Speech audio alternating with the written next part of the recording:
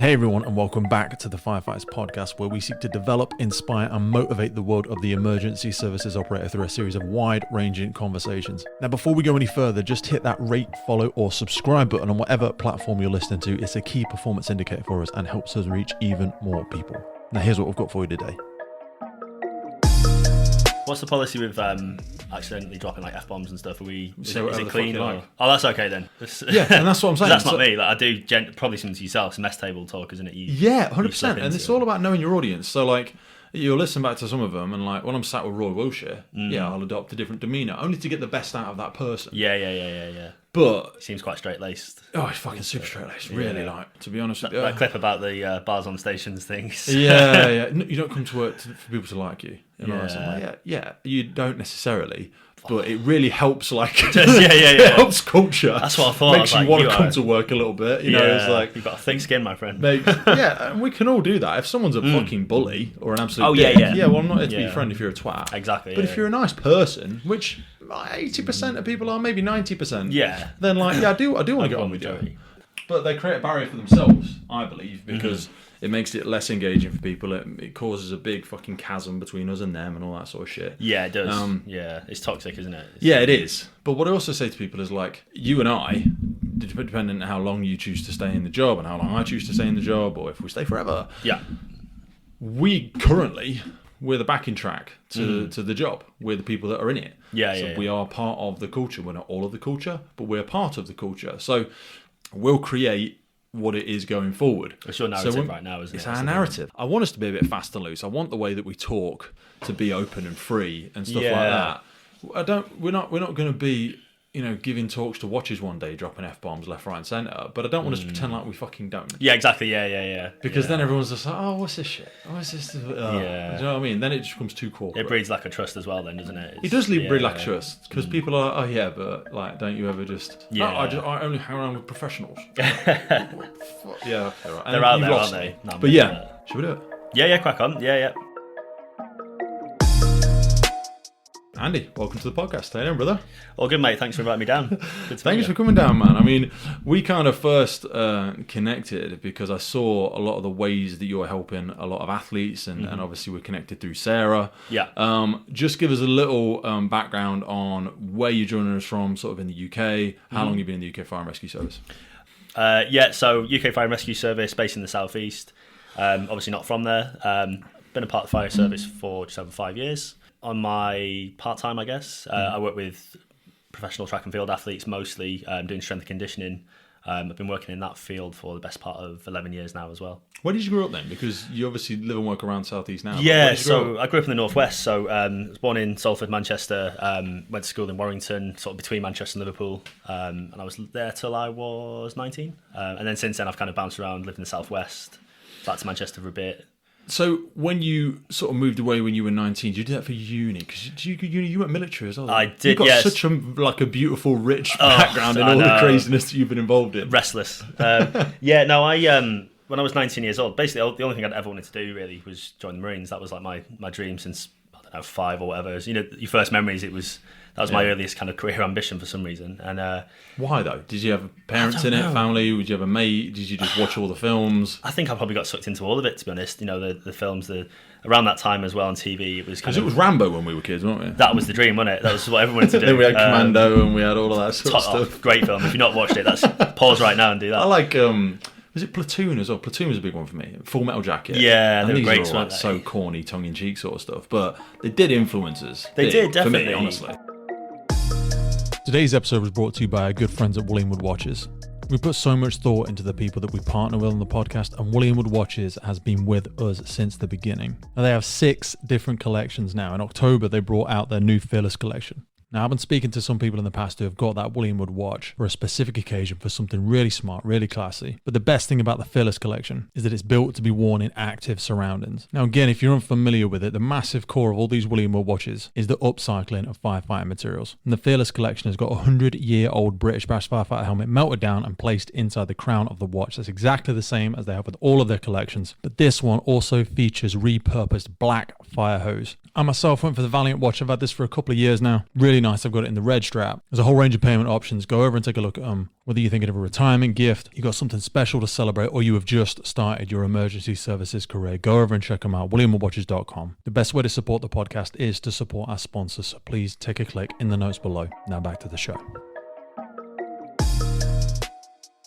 I think it was that, and like, you know, at the time on the news, it was kind of like Bosnia and kind of Iraq and things like that. And at the time as well, my old man, he had a couple of friends who were at the time special forces, and they were out in Northern Ireland, and we'd gone to visit them once, maybe like 8 years old or something. I was just blown away. You know, these guys are like superheroes kind of thing.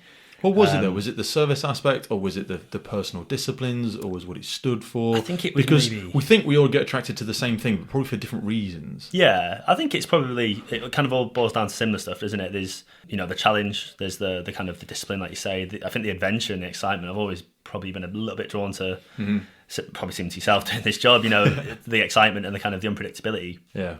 But that's all I really wanted to do. And then it came to 16 or 15, 9 months, I think it was, you could join.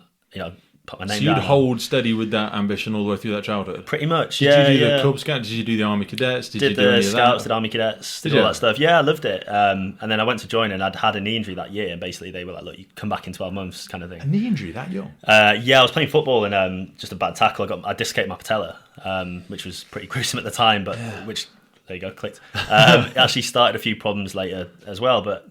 So I put that on hold, and I did an apprenticeship as a HGV mechanic because my dad was in the motor trade, and that was sort of another interest. I thought, you know what, I'll pass the time, I'll get a trade, can't hurt, make some money. And trades were still quite big when we were younger, weren't they? Yeah, more so. I think we're kind of the same age. So my dad ran a building firm for many years, and it was very much like plumbers, plasterers.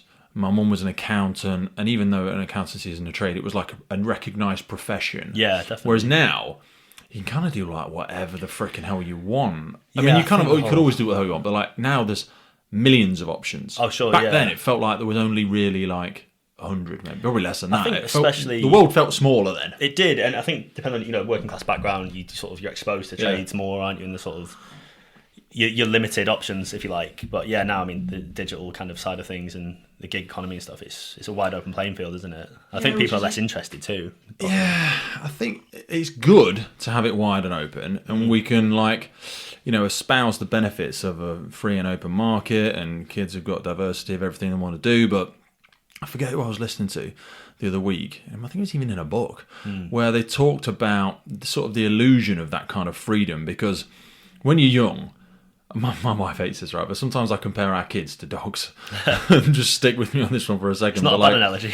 Well, kids and dogs are pack animals. We're pack animals. Yeah. You know what I mean? We like structure. We like to know, like, for example, if I said to you, let's play a game. Do you want to play a game? I'll play a game. Okay, you go first. Oh, okay. Exactly. Yeah. What you'd be like, well, what's the rules? What's the game? Yeah. What's the game? What are the boundaries? How do I win? And so we think we don't like structure, but we need it as well, because it's how we can. Oh, definitely. So the reason I use that analogy of like dogs is they like structure. They like to know who's in charge. And even with kids, we like to know what are the boundaries. How can I get reward in life, socially, financially, even just like personally, from a sense of fulfillment. So when you give people absolute freedom, it's actually not as good as you think it is, because it's easy for us to vilify like having no options at all. My parents didn't let me do this, didn't let me do anything. But the other end of the spectrum, people get quite lost. Like they get to the age of 16, 17 now, we're like, what do you want to be when you're older? And they're like, oh, I don't know. What's the options? And they're like, you can do anything. You give them the gift of autonomy, and they open the box and they're like, oh, it's empty. Like, give me a bit of guidance. And they're like, you can be anything you want to be. And they're like, yeah. Like what? What the fuck does that mean? Sure, and then if you put a kid in a room and said, here's a million toys in this room, crack on. Like some kids, you might come back in an hour and they've started nothing because they're just like, overwhelmed. Overwhelmed. Do you know what I mean? So, I've gone straight off on a tangent there, but like, no, it's a good point. Where do you think that spectrum lives now? Because back then, like your dad encouraged or like guided you into something based on his own experiences. He's like, Andy, look, this has given us a certain type of life. There is this does work. So if you're not sure what might work, this may be an option to work. Yeah, definitely. I think my own experience, for sure, I probably, looking back now, I was definitely limited. Those kind of boundaries weren't put in place for any reason. It's just that I hadn't seen all these different options. Even the fire service, I didn't know anyone in the fire service. Sure, the fire engines come to the school once, and I thought it was cool, but I couldn't tell you anything about it. You don't think it's a thing to plug into? It looks like it's part of society. Yeah, You don't think like... I think we've actually gotten really worse at that. It's kind of the birth of the podcast, because we close the doors of the fire stations and we don't really... I mean, some places are great, but we don't like have them open all day and community can just wander in because everyone's like, you need to be out doing work. Especially since COVID as well. Yeah, so now we will struggle with recruitment, and we are struggling with recruitment, even though we're having more people leave than ever, so we need more recruitment. But like, people don't really see it as an option, and it's not because they don't. I don't know why. I don't think it's because they're not interested, but they don't really. Even like you said back then, didn't even think of it as a thing. Oh mate, even like later when it was like post very short military career and stuff, like it didn't really jump out at me, and it, knowing what I know now, Christ, I should have done it straight away, but. You just don't know what you don't know. Because I look back sometimes and I think I'd have actually loved going into the military, because I did the cadets and I did the shooting and I did all the orienteering and going on the camps, and my mum and dad were scout leaders and all that sort of stuff. So I love that aspect of it, but also think I'm a little bit too, and also discipline, because that sounds blowing smoke up my ass, but like, I think I'm a little bit too rigid sometimes, like hence why the addictions and that, like whereas the fire service, not that it's not, it is very disciplined, it is a very professional career. But it's not as intense sometimes as like the military, and I've never been in the military, so I can't. It's I mean, that's probably something to touch on later as well. That's one of the things that I think it needs a little bit more of sometimes. It does need more of, but you also get a lot of people saying, "Chill the fuck out." It's not the military. Exactly, yeah. And you're like, it's not the military, but you're shit at your job. But so. I was going to say, and it's normally those so people. So get a bit better. I'm not expecting you to but, march, although if you learn to march, it might just instill other disciplines. That's the thing, isn't it? It's the individual pieces of the puzzle that people are, against, that they don't see what it makes. That's the thing. Because it did, like when it did eventually come about. I mean, I was I loved like working on trucks and stuff. I still like, it's probably similar to yourself. I've got lots of different interests, and I like poring over problems and puzzles and fixing something that doesn't work.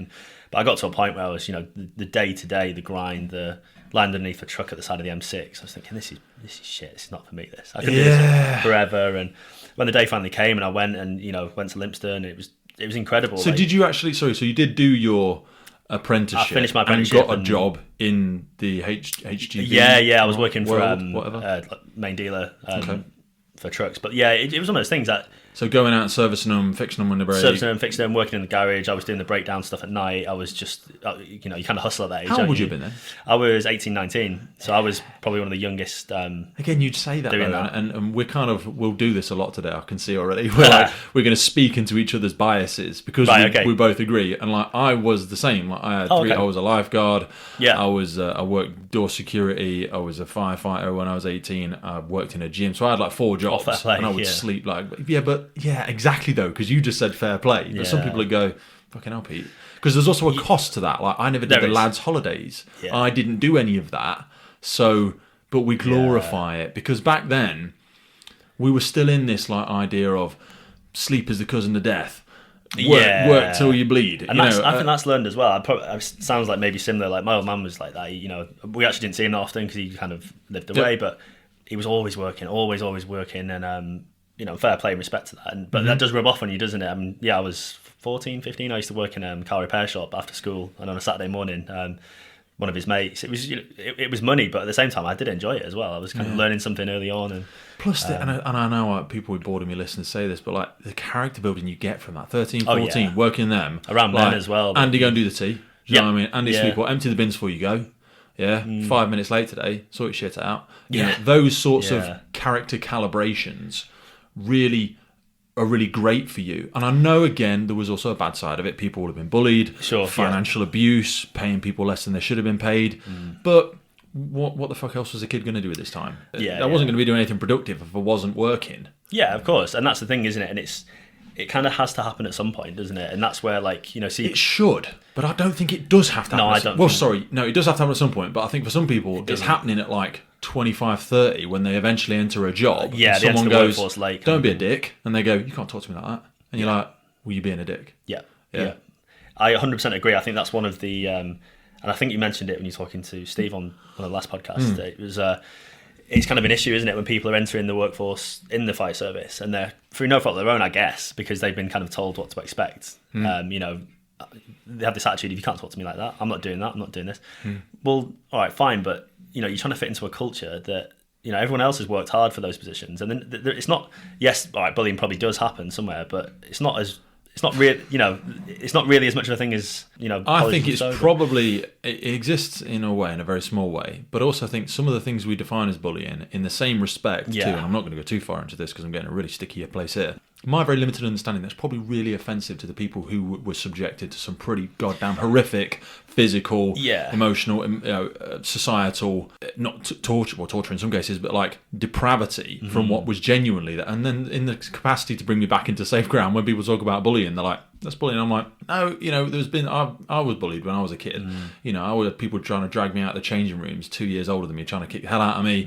It's awful. And people have had it far worse than that, but that's kind of bullying. That's bullying. Like on stations, bullying, people cutting holes in your jackets, people filling your car with stuff, people excluding you from things, stop talking when you enter the room, or just like genuine physical bullying. Like when I first joined the on-call, I had a guy that used to, every time we're at a job, and like if I say this now, people will be thinking like, what? And it's not horrific, but when we think about carcinogens, when we're at RTCs, one of his like hazing things is he used to rub his hands on the burnt vehicle and then come and rub it on your face. Yeah, like you'd be doing something, and he'd go, and you'd laugh, yeah. But now you're like, what a dick. Yeah, in retrospect, what an absolute dick. Yeah. And all the stuff I was probably sucking in and breathing in and got in my mouth and my eyes. And he was damn near senile. The dude was in his late 50s. He was old for from those a different times. ilk as well. Different ilk. Yeah. He would have done it to himself, I'm sure. But these days, like, you would not see that. No, not at all. No, and I remember my first proper wear. I had a similar kind of Simba moment. The bit of acid across your forehead thing, and I thought it was great. So I was like, oh man, that's like, I really felt like I'd earned something. And now you're like, I stink of smoke. I don't want to wash. Yeah. I'm going to go meet this girl, or I'm going to go whatever. Tell her about the fire and all that. Yeah. Oh no, don't talk about it. Yeah, exactly. But again, that's an example of something that is not malicious. It's not even hazing. It's just it's actually a sign of respect, isn't it? Yeah, 100%. But then misconstrued, that's actually like, in services, like I told you, I moved into a new role. I can't remember when it was now, but I moved, and I got bucketed. Like people bucket you when you leave the watch, or when you move watches, or when you get promotion, or you retire, or whatever. People bucket you. So for anybody, it just fill up buckets, and they'll stand on the roof, or they'll just catch you before you go home. It's got to be expected, isn't it? Yeah. But I always think when it doesn't happen to somebody, that's so much worse. Quite sad. Can you imagine? Yeah, and they hang around, they're like, I'm going to get, and then no one does it. Yeah. And it's like, no one likes you. And that's like, I would hate it if I hadn't got on 100%, yeah. Because it really means that spectrum, yeah. You mentioned something earlier, and it made me, I was trying to flash back in my mind, but an American firefighter we had on, it was Jimmy Johnson or something like that, said people are going from Mama's house to the firehouse now. And that's the problem. And when he articulated, he said it better than that. But I thought, yeah, you're right. Because they're not going into crap jobs first and then having an appreciation and a character recalibration of how good this job is. Yeah, it's not the best paid job in the world, blah, blah, blah. But it's pretty freaking cool. Oh, 100%. Yeah. And because they're just going from mum's house or whatever the variation is, they're going from that being treated like a child. And then watches have to fill in the rest of the gaps in that person's human development. Like you said, you had HCV, so you had loads of... It's like your apprenticeship. Yeah, you had loads of skills that people will have developed within you. Don't get me wrong, I was, 16 years old, hitting the workforce in a truck workshop. Yeah. I was probably a proper I was a gobshite, you know what I mean? I was getting the big one, I was probably winding people up.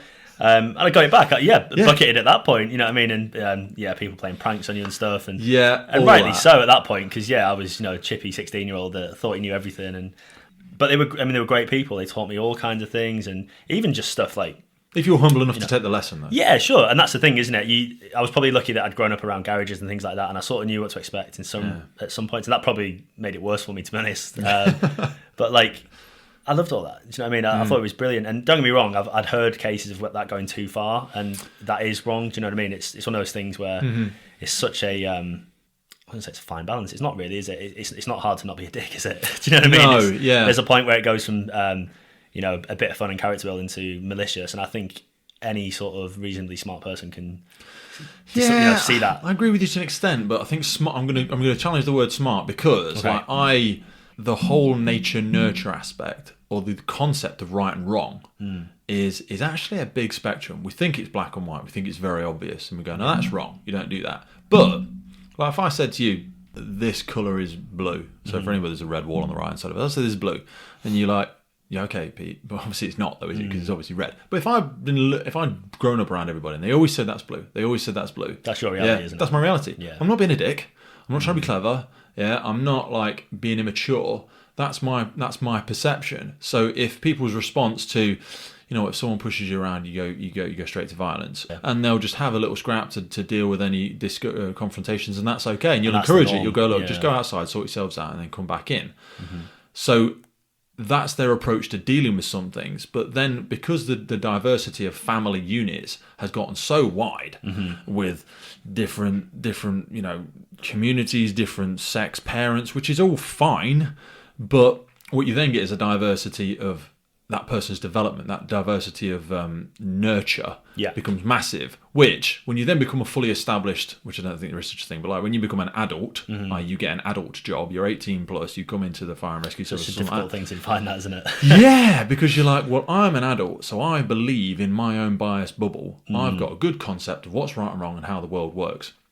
You have also got that, but yours is very different to mine. Yeah, it's actually a really fair point. Yeah, it is. And that makes it's weird. So much harder to pin very, down. very, very hard for it. Yeah. Yeah. So take me back for a second as to where the military fit into all of this. So 19, that was me. I think it was March, maybe. It was early in the year. I remember I'd got the letter through, kind of, right, you can start on this date or this day, and I was like, earliest, get me in there, I just want to get cracking. What was the application process like for about then? It was quite long. It was about a year, I think. So you started off with going into a careers office. There's two bootnecks Marines sat there kind of looking at you, looking up and down at the skinny rake in front of them, like, what's this guy going to bring? And obviously a load of piss taken as well. Good. Yeah. Straight off the bat, even. Straight off the bat, yeah. But he didn't even know my name. But again, they were just sizing me up, I guess, at the point, and it was good. I thought just seeing if you're even going to remotely fit in. Yeah. I sometimes think that we pitch people the wrong idea of what the fire service is sometimes as well. Likewise. Which does them a disservice because then they get shocked when they come in. And it's not fair to do that to people, is it? It's not fair at all. At all. No. You sell them something that ain't what it is. Yeah. And that equals a lot of damage there. But sorry, so you went in and saw these two individuals. Yeah, sorry, and they were basically like, right, gave you a round of fucks. Yeah, that's it. Yeah, load of abuse. Sit down, right, watch this video, and obviously it was all the Gucci shit. It was people flying around on boats and fire. 99.9% need not apply. Exactly, and that just made it even better. I just thought this is just amazing, doesn't it? And I think that one of the first questions was, how many pull-ups can you do?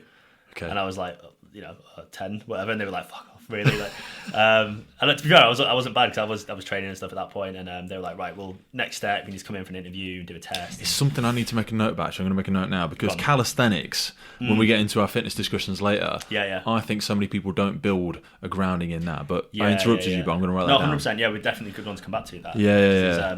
So you reckon you could smash pull-ups? You've been doing all of that not low-level training, but you've been smashing the basics. Again, those things that are within your control. So many people don't actually do the things that are within their control, so they don't give themselves a good standing. Yeah, completely. I just got to, there was multiple things. I always wanted to do it, but then I'd kind of got so pissed off in my job and my sort of career trajectory at that point. I was like, well, I'm going to give myself the best shot I can, and started running, and I stopped drinking so much on the weekends, and I was like smoking at the time I quit that. Got a pull-up bar in the house, and every time I walk past smoking?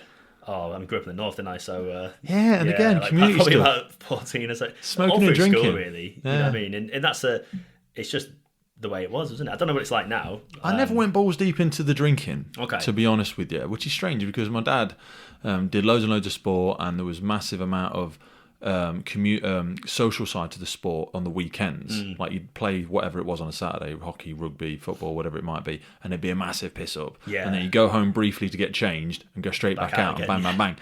But I never really did that bit. And I think that's quite rare, not in a good or a bad way. And again, there's probably some social isolation, of course, for myself. But was it a social thing for you, the drinking and smoking? Because again, growing up in a workshop, everybody probably smoked and drank. Yeah, it was, and I think even just like kind of my friend group at the time, it wasn't even around the sport. We didn't like by that point. I used to play football as a kid and stuff, but like by that point, it was just going out and seeing your mates and in the evening, and What was your first drink? First drink, oh Christ, probably something really embarrassing. It was probably bright blue in a big bottle. Do you know what I mean? The old WKD. That's the one, WKD. Yeah, it'd be something like that. It's terrible. I think mine was Shandy Bass. When I was like 9. That's a proper working men's drink. And then at Christmas. No, in fact, I remember I was in the changing rooms, which again, this is really weird. Like, I was in the changing rooms when I was like 9. Bunch of hairy ass men everywhere. And someone was passing around a bottle of sherry, which is such a weird thing. I think nobody drinks it, so they were like, "Oh, we've just got this bottle. We need to just smash it." And they were drinking it out of a little cup. Fucking sherry is horrific. Oh man, absolutely horrific. That's probably why you didn't drink much. Again, so I was gonna because I'm sure like when you're coaching and stuff, you predominantly work with athletes, but when you're speaking to people on your watch or even just a friend, because when they know you do something in the fitness sector, they'll always ask you for a few favours. Oh, definitely, yeah. Some people struggle with adopting little behaviours because they don't initially like it. But I always try and use the example of alcohol because I'm like, what was your first drink? They said that. I said, did you like it? Now, unless it was something like bloody Bacardi Breezer or something laden with sugar, they probably, if they're honest, went, no, it was horrible. Yeah, but you persevered, right? You battled through. Coffee. And now coffee's horrible. Yeah, I remember trying that as a kid and thinking, it's disgusting. It's disgusting. Why would I drink Live this off shit? It now. Exactly. But there's that aspect where you push through because you want to be included within the group. So when people don't pick up something that's like smoking and drinking, we've got all the data now. People always knew it was bad for them. You didn't really have to prove it to anybody that alcohol was bad for them and smoking was bad for them. But we just continued to participate. It's just such a big part of culture, isn't it? And I think especially when it forms your social structure, you either partake or you don't. It was just the drug that we chose as a society. We went, because we're talking about a drug. Well, no, alcohol is a drug.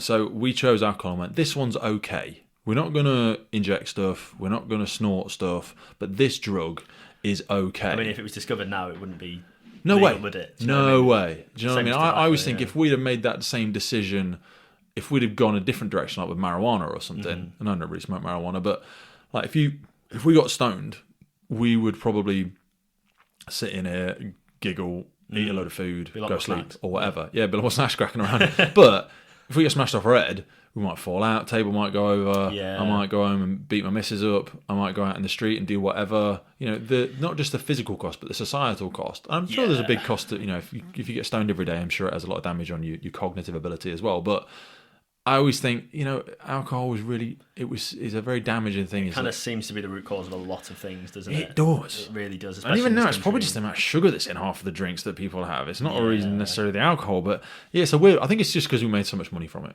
Yeah, 100%. Yeah. It's not going away, is it? That's Smoking's terrible. Well, we did turn the tide with smoking, though. How many people do you know on your watch who smoke now? Do you know what? Yeah, it's rare, isn't it? Everyone used to smoke in the fire service. Yeah. Probably on the station as well. On the station, everywhere. Absolutely everywhere. But now, not many people do. And imagine being in the marketing meeting for smoking when they came out with it. You'd be like, I've got this great product. It's fantastic. Make a load of money on it. Tell us about it. Well, I mean, it kills people and it's really bad. But what we can do is just put it really close to some popular people and then just punch it really hard. Do you know what I mean? Yeah. And it just took, but we have turned the tide on that. But I don't think there is an appetite for us to do the same with alcohol. I think the only way that's happening is by pricing it out of the day to day, isn't it? It's becoming so expensive that people will naturally maybe start to.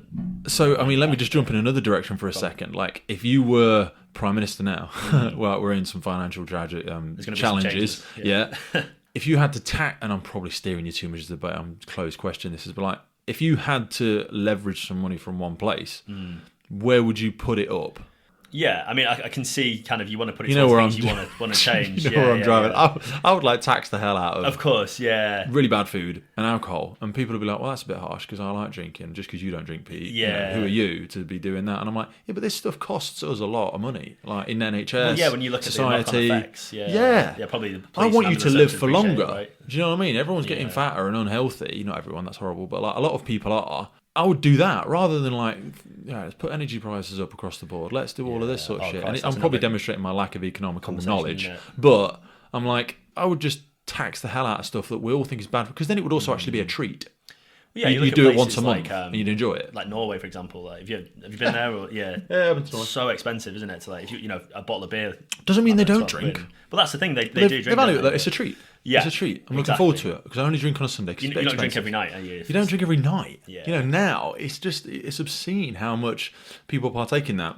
I've taken us off in a massive direction. No, sorry. Yeah. Military. God, take us back. So you were in the office. You put in the application. Took you a year. Yeah. It's kind of it's probably changed quite a lot now. But at the time, you did your application. You did. I think it was a written exam. You had to do medical. Then you had to go and do a fitness test at a gym, just like a total fitness. So was this to go into infantry, or was it in the Marines? It's all kind straight in the Marines? Yeah, right, so okay. it's his own independent kind of entity. Can you transition from infantry into Marines? It is a different thing you'd altogether. Have to start again. So the Army's kind of separate. Marines is under the Navy. So yeah, a lot of people don't realise that. It's kind of where do the paras sit? Within the infantry in the Army. Okay. Okay. So yeah, they're another kind of similar kind of theatre entry troops, but they're under the Army rather than the Navy. So so you have to start in the Marines if you want to be in the Marines. Yeah, you join off the street. Okay. So it's the longest infantry training course in the world. So, is it? Yeah. Wow. So Didn't know 32 that. weeks. Again, it might have changed. I'm pretty sure it's still 32 weeks. Yeah, it's pretty intense. Wow. But that's probably why they spend such a lot of time kind of on the recruitment side of things, and it's a big investment before you even go there, and then you go down to Lympstone. I think at the time it was maybe 5 days. No one at work knew I was doing it, so I just booked 5 days off and came back broken. But so what was the gym? So they meet you at a gym? Sorry. You do like a mile and a half. Well, sorry, I think for the Army it's a mile and a half. For the Marines, you do 2 mile and a half back to back. So you do one in like 12 minutes, then you have to do another one in less than 10. And that's like that's changed again, I think. But at the time, that was the benchmark. What, isn't it gotten slower, or? I think they've got different tests. I think they've got more of a they've gone kind of down the road. Was the Marines then when you had to do 55 press ups in 2 minutes? Was that Marines? It was 60 press ups, 85 sit-ups. I can't remember the pull-ups. Did you do them back to back? Pretty much, yeah. Nice. Yeah, to a metronome, so 1 second up, 1 second down.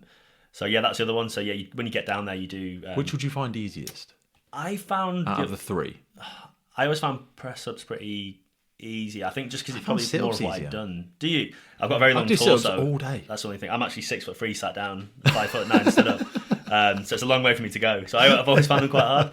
I got to the point where I was all right at them, but give me press ups every day. To be honest with you. You see, like press ups, overhead pressing, all that sort of stuff.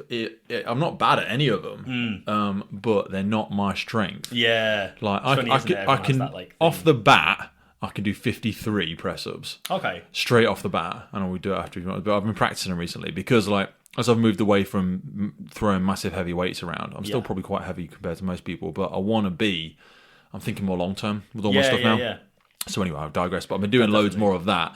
But I would say sit-ups are easiest for me, then press-ups, then pull-ups. I was always shit at pull-ups. Oh, okay. Pull-ups are hard. You're a bigger guy though, aren't you? So it definitely makes it harder. Yeah, but that's an excuse. Like, it's true, but it's trainable. Yeah, and I got there, and I'd probably over-prepared on that stuff and less on like the lower body strength. Okay. At the time, I just sort of thought, well, press-ups, sit-ups, pull-ups, fine, box them off. I think there was the mile and a half twice, then there was like a bleep test, then there was a swim test. There was kind of a whole plethora of things physical, and then we did, at the time it was determination test, so they took you down to the bottom field where the assault course is, and everyone's kind of seen on TV. And I think they blocked out something like 3 hours in the diary for it. Yeah. And no one knew when it was going to stop. They just beasted you for the X amount of time to see who dropped out, how many they could lose. And determination test. That's what it was called. Like that. Yeah, me too. Have you read Grit? I think it is by Carol Dweck. No, but I'm familiar with her work. Yeah, because I'm pretty sure, and please someone email and correct me, I think she carried that out at Livingston. Did she? I think so. I might be wrong there. Where's officer training? That's not Livingston, is it? It's all at Lympstone. So Lympstone, sorry. You've got the officers. What's the other one? Recruits train at the same place. Sandhurst? Sandhurst. Yeah. Maybe it was Sandhurst. But anyway, and she was saying, grit is the punchline for all of it is grit is the one determining factor. Mm-hmm. It's not about who is a physical god. It's not about intellectual capacity. Mm-hmm. It's about your ability to persevere with shit, mundane stuff. Honestly, I couldn't agree more with that. I articulated it badly, but that's basically where it is. You hit the nail on the head, though, and I think that's one thing that I don't know if it's trainable directly, but I know it comes through life experience, if that makes sense. So there's a few things that have, like, to digress a little bit, when I was doing like my apprenticeship and stuff, I got made redundant in the first year. Really? Which was just like at the time. Well, because they couldn't afford the apprenticeship anymore. Basically, the company got taken over by probably that. It got taken over by someone who was a little bit ruthless, and he had different plans for the business, and I wasn't part of it, along with a couple of other people. Which it happens, doesn't it? But 18 years old, driving around garages, knocking on doors with a CV, like, give me a job. I think little things like that start to feed into it, and then with Marines again, like when you're there, when you're in training at Lympstone, like, every day you're reminded that it's not given, and you've got to earn it. No one's gonna hand that to you. You've got to step up, and every single day you have to want it and you have to earn it. And people do, every week someone will go, someone will get back trooped, or you know, they're off the course, that kind of thing. It's, you see it and you have to really, really, really want it. And I think that's one thing that, especially I'll sort of explain in a minute, but kind of the way it went for me, it was just an everyday, I won't say struggle, but like had to really want it. Basically, I got to the back end of training, towards the end of the commando course. I had, I think that maybe it was like a field firing exercise and then a commando test, and I would have been done. And I got injured. I basically busted up one knee. So one of my knees, I got bursitis in, which I don't know if you've had it, but bursitis. Yeah, it's an inflamed bursa. Like one of the fat pads in the joint was kind of chronically swollen. It was just, I could barely bend it. It was awful, to be honest. Mine's not that bad, because I'll moan about something in my left knee at some point, but it's nowhere near that bad. Oh yeah, no, it's one of them. We're all carrying injuries at this age, aren't we? Yeah. But then so I went into rehab. So it's called Hunter Company in the Marines. It's basically like a company that's for rehab and rehabilitation, getting you back to training, back to fitness, back to health. And at the time, it was kind of around the peak of the Afghanistan campaign, and they just wanted to pump people out as fast as possible. And without hitting on it too much, like at the time it was just not very well organised. There was a real difficult culture of the rehab side. It was staffed by physios and exercise rehabilitation instructors who their job was to get you better. Then there was the green side, that after you finished gym you go back to them, and a lot of the people there had been put there as like almost like a punishment posting, or because they were between roles and they didn't want to be there, and they saw a lot of it as like, you know, you're malingering and we're going to beast you all the time. So, you know, it's very difficult to get better when you're being beasted 24/7. There's someone coming in your room at 3 a.m. and flipping everything and making you do re-parades and stuff like that. And it was a grind. And eventually managed to get over that. And I basically pushed so hard to get out of that Hunts Company. I broke my foot. I got a stress fracture, metatarsal. I was in a 12-mile load carry and I felt it break about 3 miles in. But I was already dosed up on like cocodamol for my knee. So I kind of pushed through it, finished it. And then, I realised I broke that. So I was back in again. You know, welcome back. Can't really do much for. What's the difference between a stress fracture and a green stick fracture? Well, a green stick fracture is a stress fracture, isn't it? Really? Green stick's more of it's more of a paediatric thing. So the bone kind of unpeels like a fresh twig when you try to break it. Whereas a stress response and then stress fracture is more of the bone's kind of got a repeated. Can't really do anything for. I mean, you could cast them, but you don't really. I mean, you can, stop me guessing. You tell me what you think people do. So yeah, you can rest it, offload it. That's kind of all you can do, really. Bones do respond pretty quick, because I'd fully broken it. I'd always rather break a bone than I've snapped ligaments and tendons and had surgeries. Ligaments, tendons. You never really get back from them.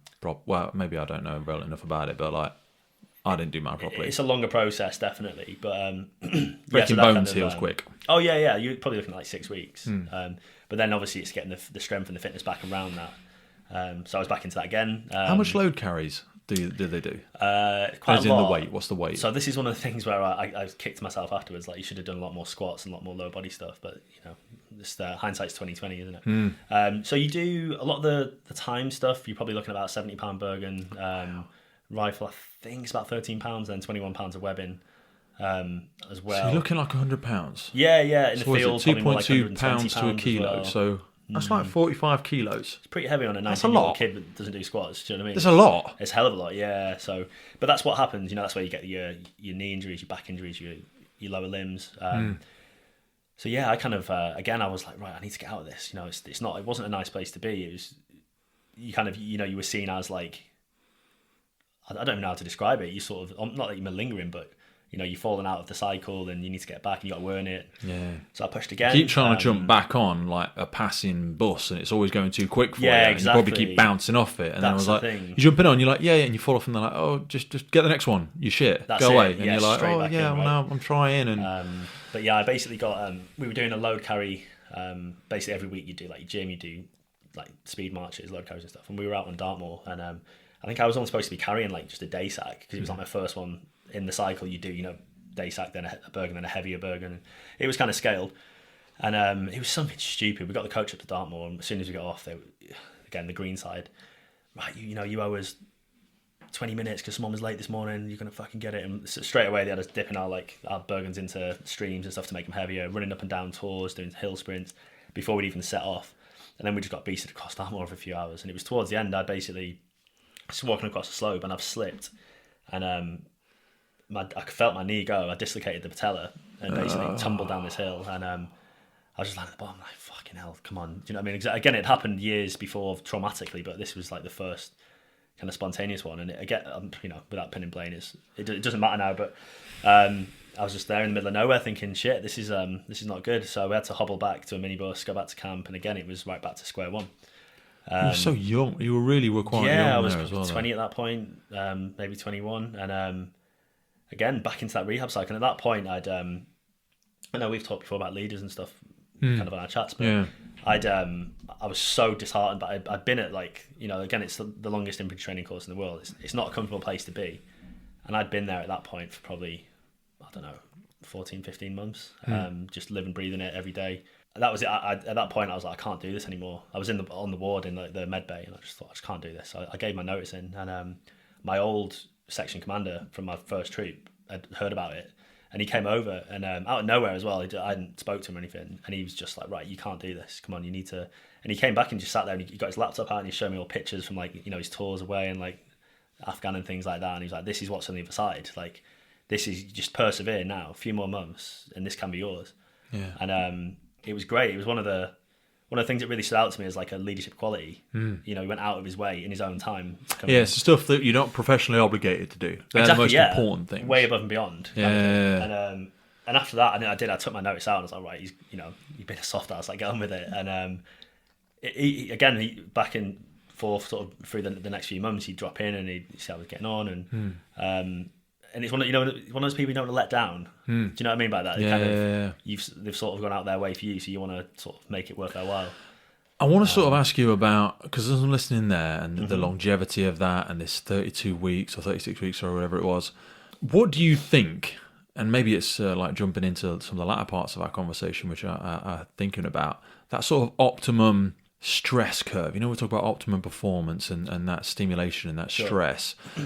Because when I've hurt myself many times in the past, I've been trying to do 1 rep max, and they just scare the hell out of me now. And I've been trying to go everything. What percentage do you think, certainly for somebody going through something like that, how hard should you, because people give it everything? Yeah, okay, you can't give it everything every day though, because it doesn't work. So, and where does versus the Goggins of the world, and like I'm not no Goggins obviously, but read all his books, and if you look into him, there's way too much. There's lots of damage that's gone on there, and he's really fucked.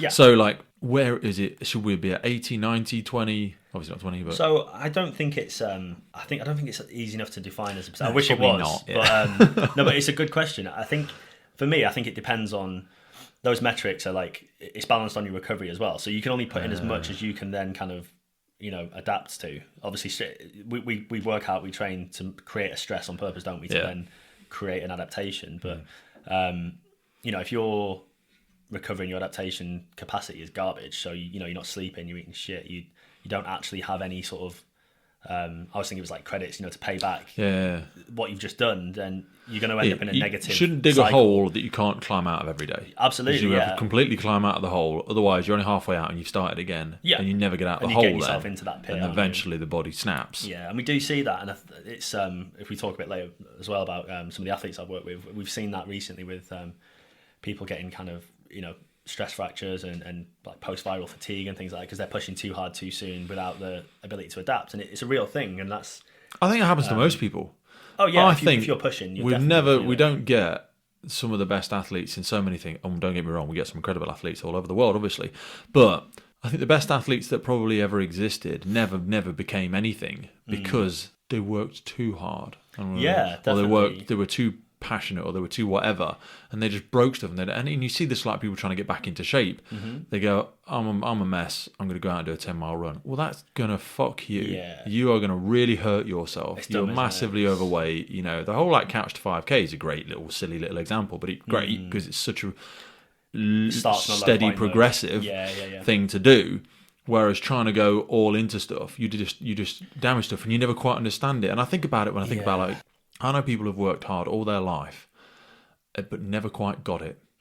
Like, it's the difference between working harder and working smarter. And like training harder versus training. Like, I try and train really smart now because I can't train any harder than I used to, because I broke lots of stuff. And I know I'm only 32, whatever I am. I'm not going to keep doing it till I'm 60 if I keep training harder. Because there is no harder. The body says stop. Hey folks, just wanted to jump in with a quick piece around firefighter health and well-being. Whether you are trying to join the fire service and pass them tricky fitness tests, if you are currently serving, or if you are coming up to that next chapter of your life, retiring from the emergency services, we get so many different questions around it. So in partnership with Fitness for the Frontline, we have come up with a series of guidance and programs specifically designed to reflect the physical elements of the role of a firefighter. So whether it's carrying an LPP across an overgrown field, lifting a ladder above your head under running it, or wrestling with cutting gear for 30 plus minutes at some kind of complicated RTC, our bodies are required to lift, push, and carry objects in very specific circumstances. That is effectively what Fitness on the Frontline focuses on, as well as the longer term aspects of overall health and wellness for our firefighters. Now, we are definitely not about to be smashing out world records or getting that beach body ready in 6 weeks rubbish. The systems and programs that we put in place are adjusted for people's current fitness levels, and they're not a prescriptive weight or a one-size-fits-all BS. It is very likely for myself personally that I'm still going to be a firefighter when I'm 60 plus, so longevity in the role is really important to me, and I know it is for so many people out there. It all starts with no obligation, 7 days worth of the programming, absolutely free. So whether you're joining, serving, or looking at the next chapter in your life, Fitness for the Frontline is designed by firefighters for firefighters. Now back to the show. Yeah, and you can only give as much as your body's able to adapt to. That's the thing, isn't it? And that's where, like, so that kind of whole rehab break cycle thing with Marines, I'd compare it to, like, having seen it, you know, like a professional football club academy, let's say. For every great player you see come out, there's a pile of bodies on the heap of people that almost made it, but they would, you know, they got injured and this didn't quite happen, and they, you know, probably some of the best players we'd have ever seen. You see it a lot in the Rugby World Cups and stuff like that. I remember seeing people come back from injury and like they first came back, they would injure themselves again. First came back and you're like, they weren't ready yet. But the social pressures and the sponsors' pressures and their own pressure. Man. Let me tell you, as a coach, there's nothing worse. That's the worst feeling in the world, seeing a player that you've been working with then go out and get injured straight away. Snap again. And you're like, even if the body could or couldn't do it, can the mind do it again? Can the mind rebuild itself? And then equally, the mind is stressed and worried.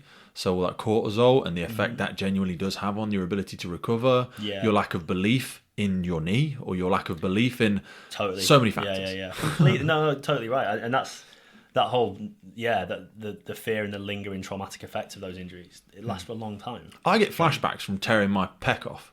I can't watch videos. Yeah, and I'm not diminishing flashback of people that have genuine stuff, but like I won't do less than 6 reps in the bed, and that's why I'd like saying about do loads of press ups, because I'm just trying to build loads and loads of resilience in the muscle, and I don't really care about lifting anything heavy anymore. I'm not really that bothered. But like even when I get under it, I'm like, God, just stop thinking about it. I just scare myself, and every time you feel like a slight twinge, you're like, oh, was that this? Do you know what? Probably wasn't. I totally agree. It's really difficult. I think it's one of those things that it just has to. It's gradual exposure, isn't it, to whatever it was that caused it. I mean, I honestly, I'll be like, say, I do a fair bit of running now, but I could be running and out of nowhere that like intrusive thought comes in of, what if your knee goes now? Yeah. And it makes me feel physically sick. Yeah, like, I know. Honestly, it's awful. I think about it like, you know, when you see a canvas bag get ripped. It's the same noise when you hear a quad go, or when I remember my chest going, and I'm just like, it's gruesome. And that's why I can't even watch Strongman anymore. I can't even watch it. You know, I used to compete in the damn thing, and I'm just like, no, I'm not interested. I don't even like it. You know, but so you took out your. What's the word I'm looking for? You took out your resignation. Yeah, and then back into rehab. Back to the grind of the day-to-day bullshit, and then trying to get fit in a world that wants you to break. And it ultimately managed to get out of rehab again, but under the premise of having to take ibuprofen, cocodamol every day for like 5 weeks, while supposedly being fixed. And then we went back up to Dartmoor. We were doing like a climbing exercise, so like vertical assault training. I think I was abseiling with a Bergen, and I've hit the bottom turn to run, and it popped again. And that was that. I was just lying there, knee dislocated, thinking, "Fuck me! Like this is the end now." Because again, at that point, it was make or break. Like if you have 2 of the same injury of that like degree of severity, you're done, kind of thing. And when did they tell you you're done? Well, that was the day after that. I basically because like sometimes you see it with like boxers or whatever, where somebody needs to say to them, "You're done." And that was some people will just keep accelerating towards the cliff. I mean, my head was there. I was honestly, we talk about like the great thing. I was kamikaze, determined to like nothing in the world is going to stop me at this. But by the time I'd had that chat and I'd come out the other side, I was like, nothing in the world is going to stop me from. I will have to break before I don't get this. And the next morning I remember I was in med bay. I went to see the doctor, and he's like, look, it's not looking good, this. I think we're going to have to go down the MBOS route, and it's called Medical Board of Survey. So basically they're accepting a certain amount of blame for it, and you go to medical board in Portsmouth, and like the high-ranking medical officer will discuss your case and then either say, yes, we're going to keep you, or actually, no, that's you, but they give you a bit of, it's like half a year's salary and kind of a bit of time. Medically retire you? Yeah, essentially. Which at 20? 21 at that point, or 22? 21 or 22, I can't remember. Still, yeah, you're a kid. Early though. You're a kid, yeah. And that's what happened ultimately. I went, kind of a few months later, I went to that board, and it was a funny one really. I thought I'd come to terms with it at that point. I'd had time to go, you know what, it's over. You're never going to quite reach that dream, or I'll come back one day and I'll finish it, and like that ain't going to happen. Do you know what I mean? At this point, I know that, but when I got back to Civvy Street, I was back to all my friends and kind of back to the day-to-day. And for a time, I was like, this is all right. What was the day-to-day then? At that point, I was waiting to start a PT course. I went and that was like, I chose that as like my resettlement thing. I thought, what, it's cliche, isn't it? I'll go and... Everybody does it. Yeah, exactly. Not everybody does it, but it's an easier transition. It's up there, isn't it? What do I like? Gym, right. Okay, so, do you know what I mean? And I have my own time. So, yeah, I went and did that. I went place in Lilleshall National Sports Centre. There was like a residential course there, which I thought was great. Get it smashed out and live and breathe it. And I really enjoyed it. I'd found something that actually I'd kind of learned that I could learn, if that makes sense. Because in school I wasn't really interested in any of it. I wasn't stupid. I just didn't really care about the subjects. And as soon as I got to PT, I was like, this is fucking great. Like, I love all this. Like anatomy and things. I was like, I'm learning it easy. Like, I'm reading a book and it's going in because I care. Like, so I got into that and then started working in Manchester in like a commercial gym, but it was self-employed, but it was as part of like a group that were like providing mentorship and kind of a bit of management. It was really good actually. And I just jumped into it, like the whole self-employed thing. I was like, this is great. And then it was only maybe like 3-4 weeks after that. I remember I was chatting to my then girlfriend. It was something stupid. We were going to go out, and I just, for whatever reason in my head, I decided I don't want to. And I had this weird like breakdown out of nowhere. Like I just lost it. I was really upset and just couldn't sort of, you just sort of don't know what you're doing with your life. It just hit me all of a sudden, this like identity crisis. I was like, this isn't me. I don't want this. And I had that sat in a security hut. Did you? Yeah. Oh man, it's horrible, isn't it? I was working on I would tell people, and I would manage the security team. What that basically meant was a bunch of other people that didn't know what they were doing with their lives. We all worked in security huts around the area that I lived in at the time. And when they didn't want to work, which was very regular, I would go and sit on their posts. And I was like sat in security huts, nowhere places, lorry parks. And I'm just like, fuck is this? Yeah. Fuck am I doing here? And people who you thought were losers were talking to you as the loser, because you were the fucking loser. That's a horrible feeling, right? Yeah. When people you think, you're like, oh, your life's a bit of a joke. And they're like, who the fuck are you? Look at you sat in a fucking security hut with a shirt that's too big for you.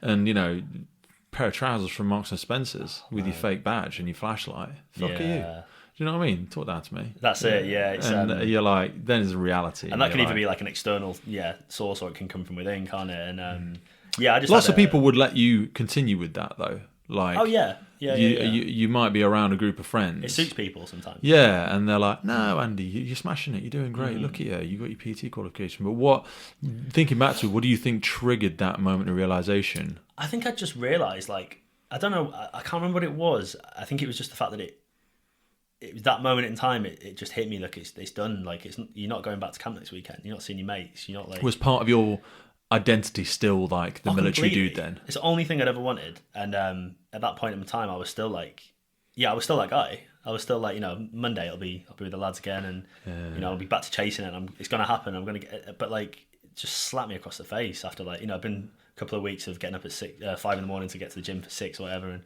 you know what it's like. You work all day, all night, don't you, as a self-employed PT? And I was just like, oh, this isn't actually, it's not great. This. And were you living at home? Were you renting with the missus? No, I'd actually had to, because again, I'd fucking hell, like Marines recruits at that point, you didn't get paid hardly anything. It was like 13 grand a year to start off with, and it was terrible. So I had to go back to my mum's at the time, and I don't know, it just hit me. I thought that was that, like, right, you've done it, gone over it now. Your little breakdown, and right, let's carry on and let's build a business and let's do. And I met some really great people, and some are still my best friends, kind of from that industry, and I did enjoy it, to be honest. I got into that point of like, right, this is actually quite cool now. I'm working with people, I'm helping them, And alongside, it's tough, man, isn't it? And that's kind of what led to I'd slipped into this like working for the weekend mentality of like going out, and I now know obviously I was masking those problems by going out and boozing and doing drugs, and I was getting into fights, and I was being just an arsehole, to be honest. Like, I can see it. I can see it, but I can see it, and because I've met thousands of them. I owned a couple of gyms, and I hired a bunch of coaches. A lot of were ex-military, some were ex-police. Lifestyle, isn't it? Yeah, and they were, and I took lots of steroids and all that sort of stuff, but they were very much like juiced up, bit of fake tan, tight t-shirt, meet up with their other ex-military lads at the weekend, and just blast it. And just get on it, blast it hard. And, would they turn up on Monday? Or some of them would say that they would run a session for me on a Sunday, and I'd be like, you're not going to fucking show up.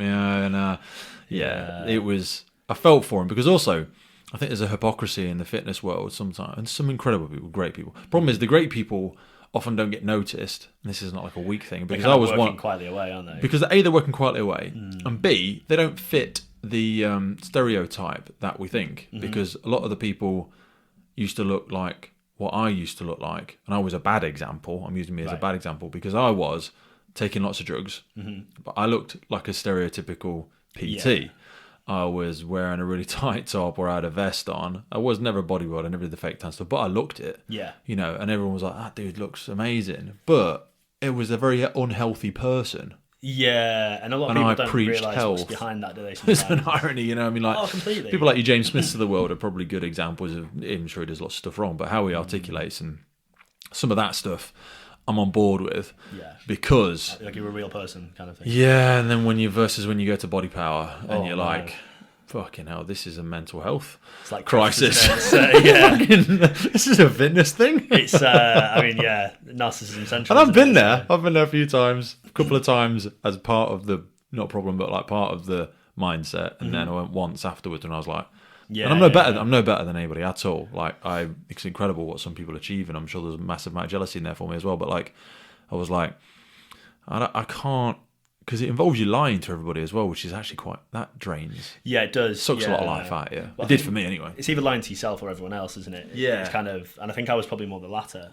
I think I just got to that point of like, I was telling myself, you love this job, you love PT, and I wasn't. Like, I just, I was lying to myself, and I was covering up, like I say, at the weekends by just being a dickhead, to be honest with you. And it got to I was doing all like courses on the side. That was the one outlet that was really healthy for me. I was learning and develop yourself. Yeah, and I was doing I did like a sports therapy foundation degree because I'd realised long term I'd like to work with athletes and performance, and that was more my interest. So I thought, well, because they've got their shit together. Yeah, and it sounds kind harsh, of, but like general public, you're more of a counsellor, aren't you?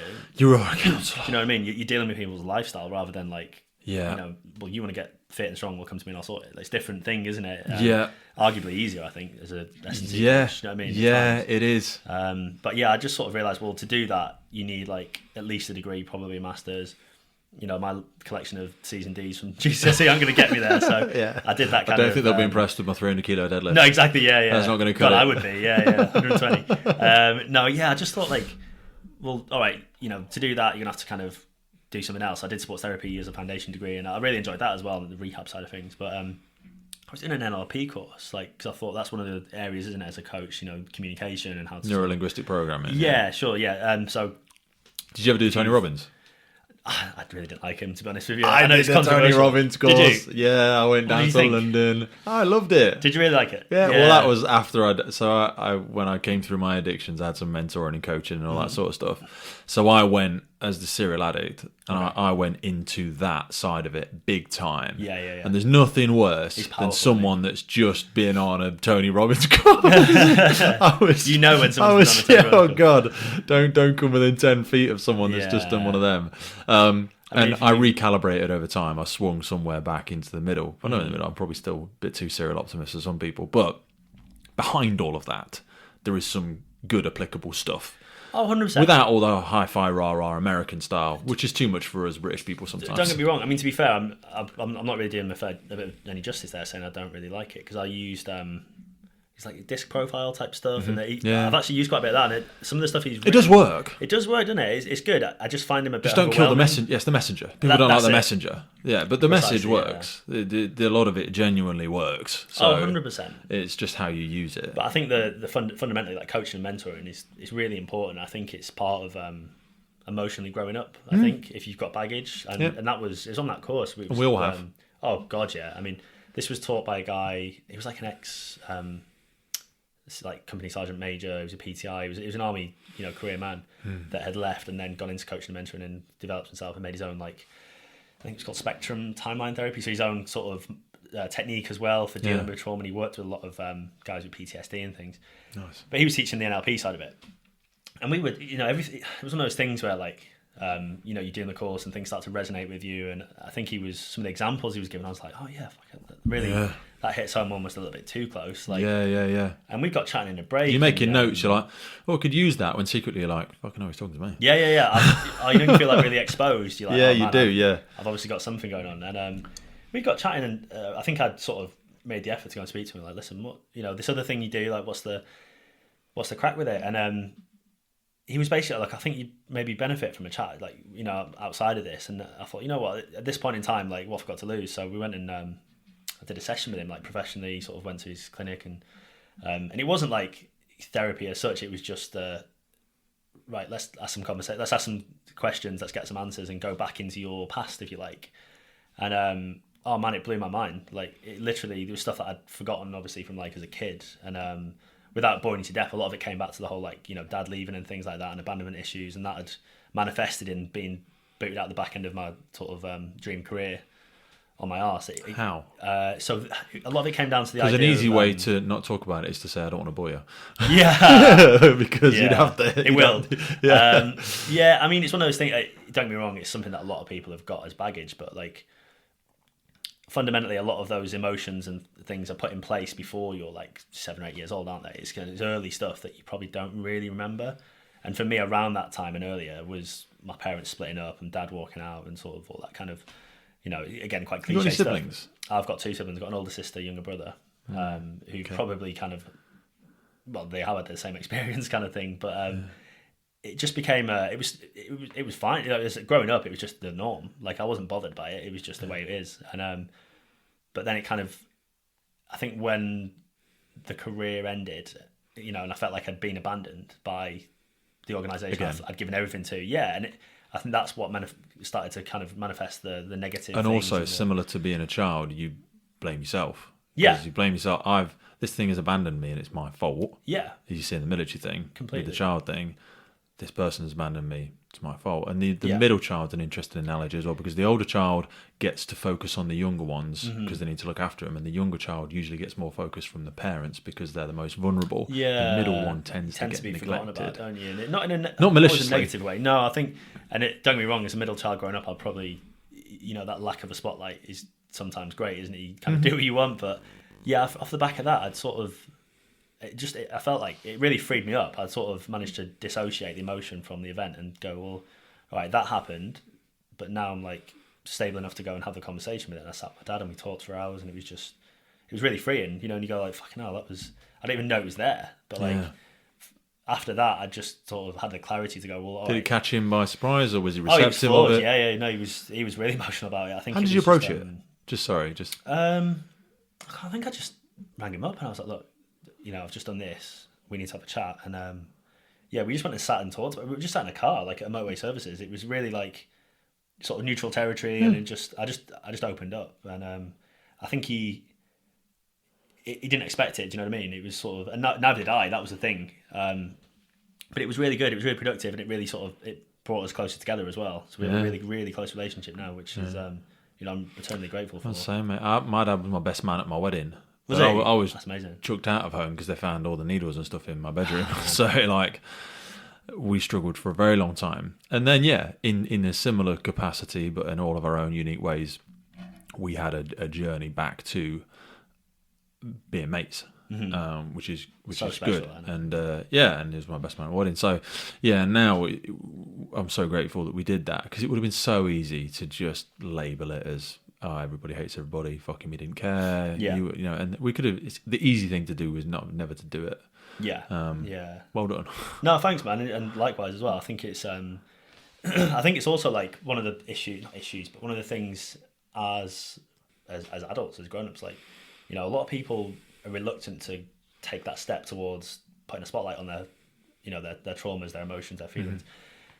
I think we're getting better at it. I mean, I've had conversations around the mess table in the last couple of years that I just didn't expect. You know, the amount of people who go, yeah, I've had therapy and it worked really well and I've done this and you should talk about it, which is amazing. Like, to hear that, you know, it's so good, isn't it? Because we need to talk about it. And, 100%. You know, you just think like the more we can do that, the better we are as kind of individuals, and the better we'll be for each other. And I'm a big advocate of it, to be honest. I think you've got to.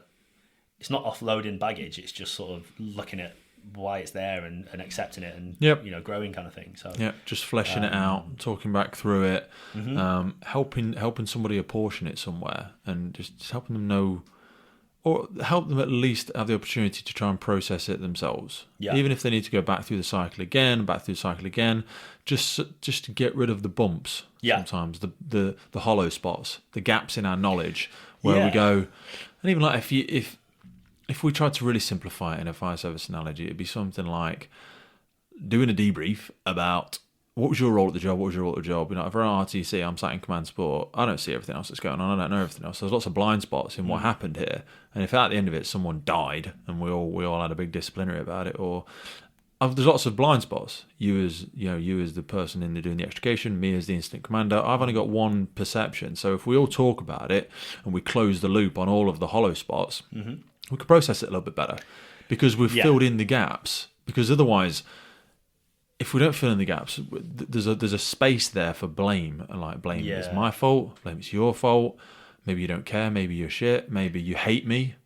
Maybe what, I don't know. So in a similar analogy to trauma, sometimes it can help to just go back through it and fill in the hollow spots. I think the thing is, because out of defense mechanism. Completely. We blank stuff out of defence.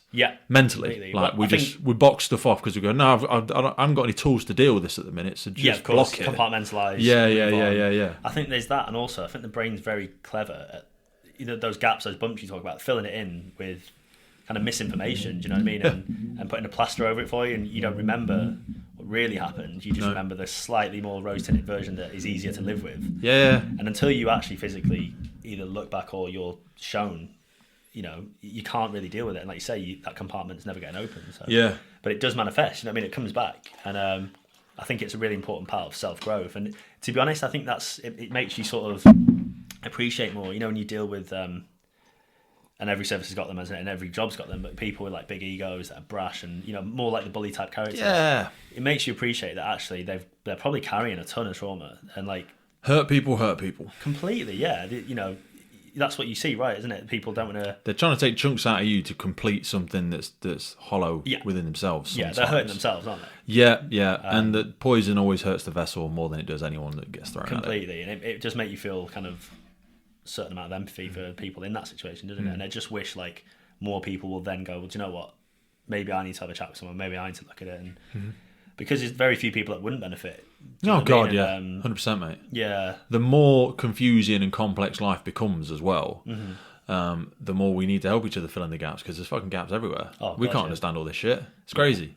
Especially nowadays, right? It's getting crazy. We've got no idea what's going on in somebody else's life. I've got no idea what's going on next door. Do you know what I mean? We don't. So the people that we work with have got massively complex lives outside of what we're doing.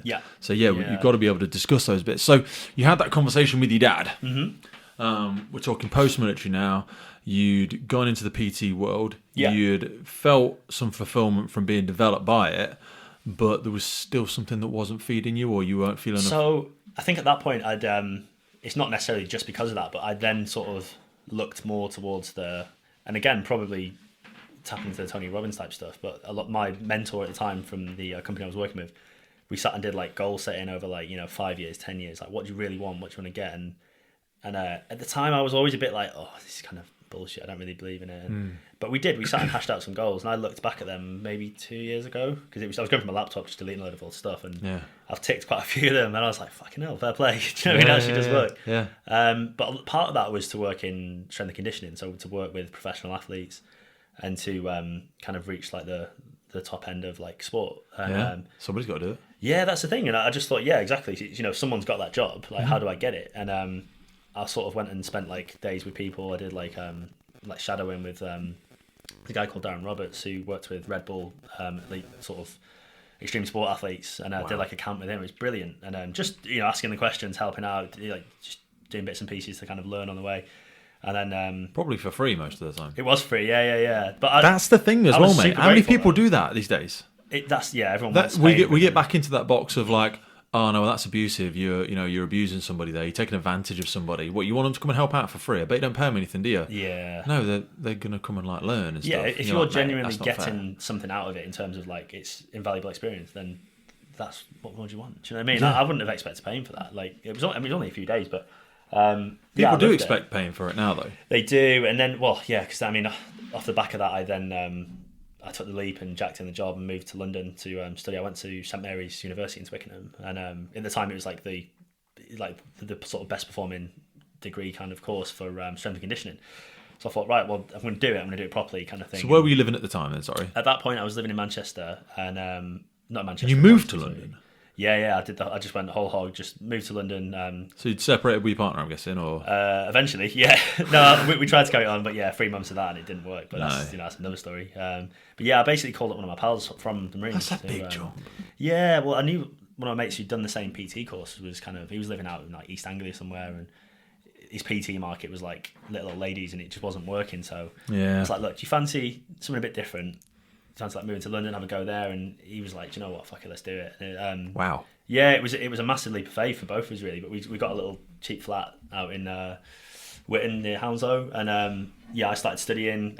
He started PTing, and it went really well. I was really lucky. I basically, whilst I was PTing up north, I'd started working with British Military Fitness, like a outdoor boot camp company. Be Military Fit? I think it is now. Because that's Bear Grylls' thing, isn't it? It is now, yeah. They bought the rights to it a couple of years ago, but at the time it was different company. And it was, but it was all like... Bear Grylls is another great example, because like he's done really well. Broke his back, didn't he? Yeah, parachuting accident. Parachuting accident, again. I mean, not to glorify or, everyone's story is unique, but a lot of crossover from yourself. I mean, you didn't do whatever, but it's a like... successful version. Well, at the minute, connecting the dots looking backwards, but... Yeah. He would have gone through many of the same thought processes, and if you listen to some of his books, it's over. You could even argue in his mind, I'm sure sometimes now he feels like a fraud because he's like, but I'm not in the military. I didn't have a massively long military career. Yet everything I do has an association with the military. He's done a fantastic job, and and I love him. He's great, but I think there's that's a really interesting point there. That whole, I hate to use it because it's such a cliche, but like imposter syndrome type thing. And we all deal with it, don't we? But I went through loads of that, and like working with BMF, I was a bit like, fucking hell, I was only in like 3 years. You know what I mean? But and I didn't even get like to the end of it. But they were so good. They were really. We just put everybody on a pedestal, though. You do. I have it constantly with a podcast. Oh, okay. I'm not great. I've been to all these jobs and I've been to certain things. I've done certain things. Yeah. But every guest I speak to, I'm like, I've never done that, or I don't know about that. And I try and sit down with sector experts, and I'm like, I haven't got. You complimented Steve, didn't he? Mate, the amount of just mess ups I had. I'm trying to have a conversation because my fire safety knowledge is whatever, and I've done some qualifications, but he's like a colossal giant in that sector, and you feel like a dick all the time, and you might as well be a member of the public in terms of where my knowledge is at compared to somebody like really that. It's really humbling, isn't it, sometimes when someone's like probably forgotten more than you learned, kind of thing. Yeah, but you've got to continue to humble yourself, and you've got to be willing to be able to look like a bit of a dick to learn all of the time. And that's the uncomfortable truth, isn't it? You sort of, if you want to grow, you need to step outside that comfort zone, and sometimes that involves making yourself vulnerable to attack, to criticism, to uncomfortable questions. But it's one of those. I mean, like I said, when I did, sorry to digress,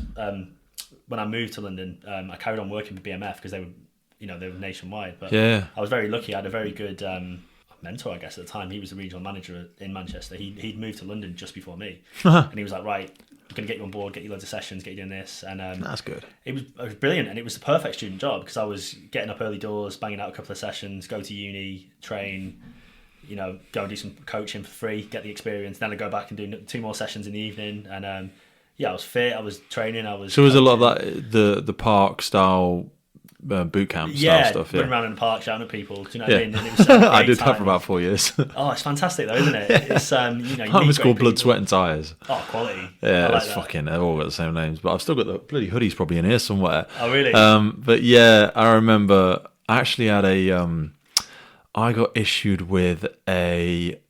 What's the thing where you're a nuisance to the public?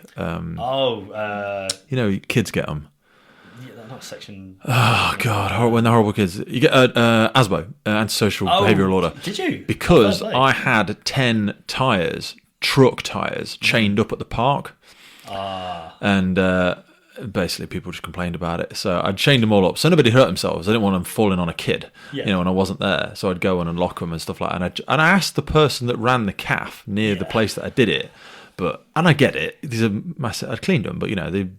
Big rubber tyres at the park. How frustrating is it that you're getting people fit and you're doing something positive? Yeah. You're making a community. And I get it a bit. Like the look of it, we live near a lovely park now, and I get it. Anyway, I digress. But did you have to drag all the kit down? Did they provide it all in a lockup? They had a really good setup. So each park had like a park manager they had a van and they had all the gear. And I never really took that role because I just thought it's the commitment I can't have at the minute because of my job. I was working for them, wherever I could. I was always, the whole time I was at uni, I was interning for free, so I was coaching at some club, or some team or whatever. That's wicked though. Yeah, it was so many offshoot opportunities with stuff like that. Man, it was amazing. I don't think people. I think that's a London thing as well. I think people still do this in London. London's definitely... People do a lot of stuff for free because they're really like, I need to get my name about, I need to get the experience. I think the industry as well, like you're expected. So if you look at any application now for a strength and conditioning coach, it'll always say like minimum, 5 years experience working with that. Not just strength and conditioning. I see it in production, I see it in film, I see it in audio. Really? Loads of people working on stuff for free. They call them runners. Like they'll just do shit. Is that what that is? Yeah, they'll just do shit for free. Like they'll go and set up something somewhere, or they're going to set up or they're going to fetch all the equipment, or they just are your person for the day and they manage you and they take you round and make sure you get stuff in the right place and they organise your drivers and all this, and they're just runners and they're free. Yeah. And they're not kids. Some of these in their late 20s. They just want the job, don't they? And they just want the job, so they get attached to a production because they want to be part of it. You've got. It's probably similar to that industry. It's super competitive. So for every job that comes up, even if it's like minimum wage, there'll be hundreds if not thousands of people going for it, so you've got to fill your CV and you've got to stand out. So from day one I was like, I'm coming here, moving all this way for a reason, so I just put in the work. I was working I worked in professional cricket, worked in rowing, managed to get some stuff with GB rowing, which was brilliant. Again, just going out my way at the weekend, going to different part of the country to sit and help at the camp, or worked in Premiership rugby for a year, almost pretty much full time around uni. So where was your own personal physical drivers then? Were you still in terms of training? Yeah, were you still trying to do your own stuff, or were you just like a product of your environment? Like you're fit just because you did lots of random crap? It was a bit of both. So the amount of like stuff in the parks I was doing was keeping me fit. But I as soon as I got to uni, I got into Olympic weightlifting. So I joined the weightlifting team at uni, and I just fell in love with it. And you find a sport and you're like, just let this devour me. You know what I mean? It was just, I enjoyed the sport, I enjoyed the training, I enjoyed the the people, and that became my thing for probably 5 years. So training, competing, did like British student champs a few times. We used to have like varsity lifts, or we'd go against different like clubs and just for fun really. But I really got into it, and it's kind of one of those things. What was that culture like? Because I did a little bit in the powerlifting, and I used to train a lot at like Loughborough University. Incredible teams there and stuff like that. But there was still a lot of drugs, to be honest with you. Just tried to put that in a less obvious manner. But like, completely. I turned away a little bit from strongman because of how much drugs were involved in it, and I took all the drugs. But you kind of have to be competitive. Yeah, unfortunately. But I don't know that powerlifting was ever any better. I think powerlifting... I never really got involved in Olympic lifting, so I don't really know. Yeah, so we used to... When Do they test? Have powerlifting and weightlifting, it is tested, and there were some people that you kind of thought would be... It wasn't very overt. There was one or two that, like... I remember British student champs one year. We'd... I was like the 95s, the 105s, so big guys, like... Everyone had finished, they'd done all their lifts before this guy came out to do his first. Like, he was opening way above everyone, and he looked like he just stepped off like Mr. Olympia stage, just jacked, like so big. And it was just so obvious. Do you know what I mean? Yeah. And to the point where when he was making lifts, like people weren't even clapping. Which is really unusual. It's a very like friendly sport, but it was just a piss take. Do you know what I mean? Yeah. And but those events, they are like every sort of event at that level you'd have. But they obviously didn't fail him. No, well, there was a room. Always a room set aside. It's expensive to test people as well, though. Well, that's why they didn't bother. They didn't turn up half the time. Yeah. So you obviously got away with it. But yeah, it's definitely there. And you look at what's happened with Olympic weightlifting in the Olympics now. It's been pulled, isn't it? So has it? Yeah, they've basically, if it doesn't clean. Sorry, the act up, I didn't know that. Yeah. So in the next sort of couple of games now, if they don't clean the act up, it will be. Wow, I did not know that. Which is a massive shame. It's one of the oldest sports. It's a real shame. Yeah, but that's the way it's gone. It's sounded kind of so common. Like every year, you look at like entire nations will get banned because they've all tested positive. And well, like performance enhancers, by their very nature, obviously enhance your performance in lots of different sports. But with something that Olympic lifting is complex, but also it's very simple. It's a pure. I mean, it's a lot of technique, but it's a pure strength test. Technique all being the same to an extent. The stronger person will. Yes. There's not like, oh, you're a creative basketball player. You're a more skilled X. Even like canoeing and whatever. There's a lot of skill. The skill in powerlifting, but it's very like, if you take this, it's going to jump you up. There's no doubt. So I think that's why it's as prevalent, and the difference is that like if you were just a better football player or a better whatever player, there could be lots of reasons. Yeah. If you've just naturally got higher levels of testosterone or you're doping it in some reason, you're just going to jump. Oh, completely. And that's where like it was always really interesting because I was like a bit later start at uni kind of thing. I was a mature student. I wasn't very mature, but I was a mature student. But so I wasn't like going out and all the booze and stuff as much. But a lot of the younger guys that were joining the team, maybe like 19, 20, 21, their like jumps in strength were colossal because they're just packed with testosterone and they've not really made those early gains yet, and it was just incredible to see like how quickly you can adapt. So if you then take the 30-year-old guy and then give him that level of testosterone through PEDs or whatever, then that's what happens, right? You dump a load of testosterone, and they get super strong. So it's an interesting one. Didn't know they're taking it out. That's sad. If you look at, there's a lot of stuff going on with like kind of world weightlifting and the Olympic Federation. I think it's a bit messy, but I think they've got to really change their act. But well, now I think a lot of people associate Olympic lifting with like CrossFit.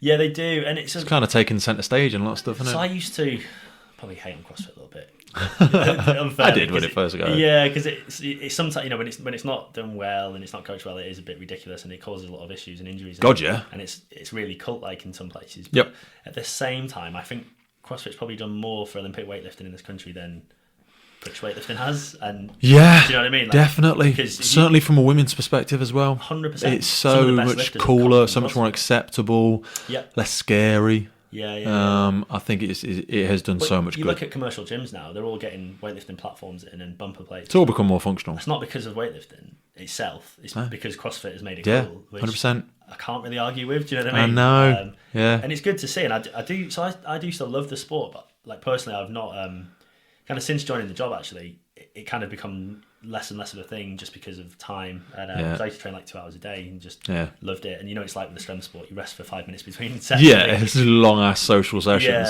You sit there eating sweets for the majority of it, don't you? So, weird. Yeah, it's a really weird culture, but great people, isn't it? Yeah. But I just sort of it naturally got less and less, and then I think the demands of the job, I started to see more of like, well, actually, the physical, sorry, not the physical, but more the fitness side of things and the capacity for work.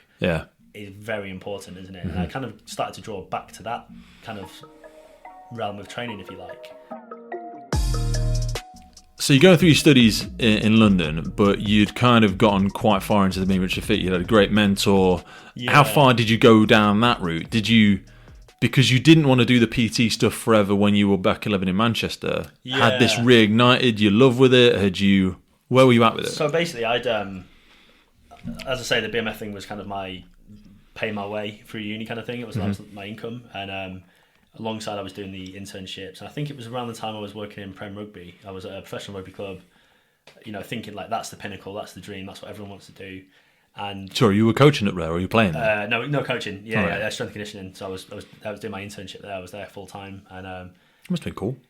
You know what? It was kind of but only like to tell people. Do you know what I mean? It's one of those things where like actually the reality of it was not what I thought it was going to be. It was very like ego driven. There was, I mean, there's nothing worse than a load of like rugby players that aren't doing that well because they weren't doing that well at that point in the season. And I think it's the same with football as well, and it's probably the same with a lot of stuff. I've got the guy that I do physio, the guy who physios me. Yeah. He does a lot at some football clubs around the area, sort of same level, and he really doesn't like it because they all just come in and bitch and moan. So he says, and I'm sure there's incredible people. I'm not slating people, but it can be quite demoralising. And like you said, that false summit of, you work at, this is the best of the best. You're working for a top level club. That was it, and it just wasn't. And it's one of those things where like I've come to sort of pin it down as a philosophy now, but I have like a no dickheads policy with who I work with, and I don't like. That's the All Blacks policy, isn't it? Yeah, it is. Yeah. And I love it. Which is ironic. We should have that in the fire service. We should. Yeah, I think we do, but we're scared to say it. No one wants to sort of name the because actually we have got some dickheads, and if you don't think there's a dickhead in your team, it's probably you. Yeah, it's worrying, isn't it? There's a dickhead in most. Maybe there's not a dickhead in every team, but some people there's like. But if you can't name one, then you've got a problem. Yeah. But that's the thing, and it's the ego, it's the dickhead sort of attitude of I'm blaming everyone else and everything else for stuff that's gone wrong, and it just wasn't a great culture, and I just didn't. Don't get me wrong, I did enjoy it, and I liked doing. I liked working in the environment in terms of like practicing my my craft, and some of them were actually really sound, but it just made me realise like it's not for me this, and it's such an absolute like fight constantly to keep your job. Like at the end of the season, if they've not done people get sacked and they're just gone.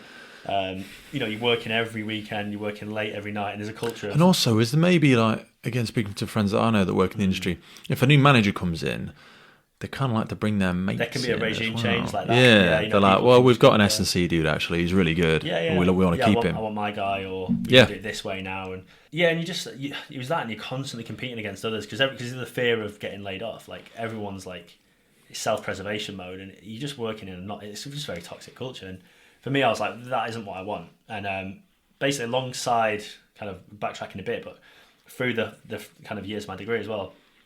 At BMF, I was instructing, but I was also developing like training as well. So I was doing like regional training days. So every like month we'd all meet up and right, here's a load of new stuff that I've learned, and practice what you preach. And because you're like me, like you get really more interested in the people than you do the things sometimes. Yeah. I own 2 gyms, but I was so much more interested in developing my coaches, the people themselves, and like the people, and when I had to run sessions, I would be a bit like, I'm not better than any of that, and I enjoyed it to an extent, but I'm like, I don't want to fucking count reps. I'm not, set up a circuit. If that's not I'm not better than it at all, and I almost envy people like Joe Wicks. I envy him to an extent because I'm like, I couldn't do it. He's found his thing. And if he genuinely loves it, which he appears to.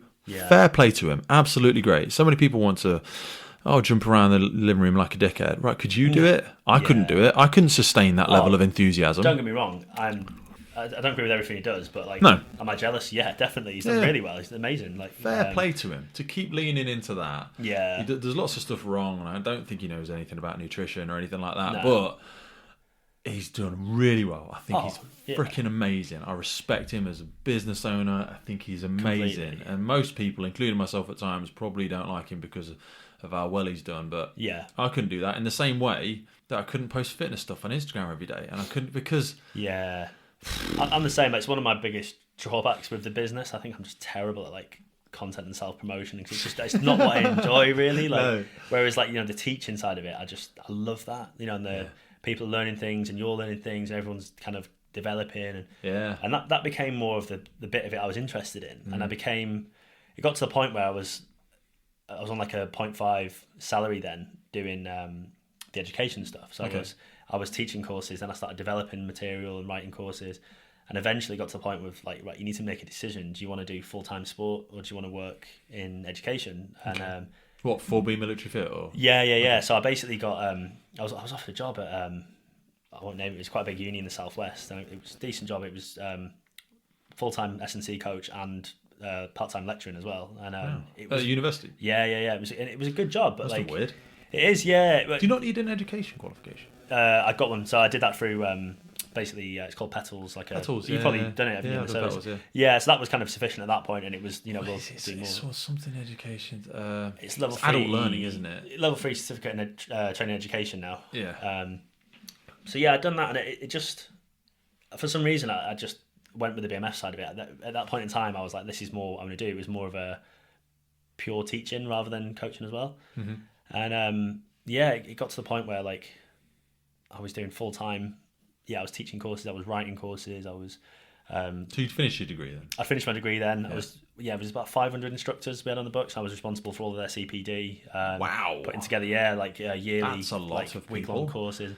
It's a lot of people, but at the same time, like they're such a good bunch to work with. Like probably some. Do you have to have a military background to be in BMS? You did. I don't know if you do now. I think things have changed a bit. It makes it a smaller pool. It does make it a smaller pool, but it's keeps it authentic. Yeah. I mean, at that point in time, it held the business together because like people like ex-squaddies and stuff will go out their way to get stuff done, and they'll work hard without question. And mate, that's why you see perfect. Those sort of graduate style programs in. Like Tesco's have got them, and big companies specifically tailor management programs for people post-military, because it echoes back to the beginning of our conversation where this person has got a type of mindset. They've had something ingrained in them where they will just get shit done. They'll get the job done and they won't complain about it until afterwards, maybe. But but even in their complaining, they'll turn up in the rain. They don't mind getting up stupid early. They'll moan and bitch about it, but they genuinely get it done. They'll get it done. Some people will bitch and moan about it because they're just soft and they won't actually get the job done. Yeah. Whereas military style people, and I think that's why you see so many post-military gravitate to the fire service, because it's kind of that. Oh, definitely. And knowing what I know now, I think it's almost a crying shame that we don't target recruitment there more, if that makes sense, because the caliber of people and the enthusiasm and the professionalism you're going to get. It's fantastic and so well suited to the job.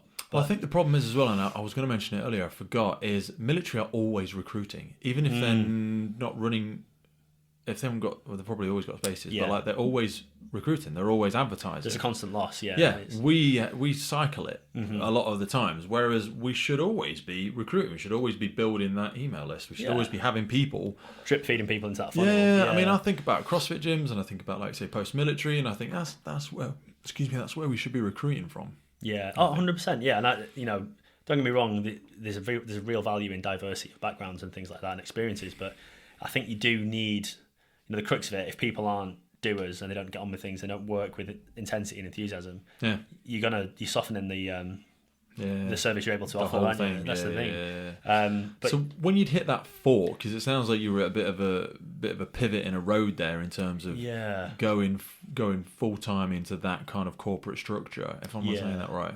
Yeah, it was. Sorry, I'm sort of backtracking again. I was at the same time I was part-time lecturing at St Mary's as well on the course I just graduated. I was teaching the first years a lot of the practical skills and the lab skills and things, and it's just. How did you get into that? Just one of my previous lecturers had just gone like, "There's an opening. Do you want to do some like teaching?" And because he knew I was doing it anyway with like adult learners, and I thought, yeah, why not? Like again at that point in time, I'm thinking CV, get experiences, and I love teaching. And I like teaching and instructing. It's great, isn't it? It's really fulfilling. And I just love that sort of. I love the process. I liked the developing the courses and things like that, but the actual delivering was great. Like pretty much every weekend I was away teaching somewhere in the country doing PT courses, or me and one of my former colleagues, we co-wrote the first level 4 strength and conditioning qualification in the fitness industry. Yeah, or one of there was two of us at sort of kind of the same time, and it was brilliant. I loved it, but it just got to a point where like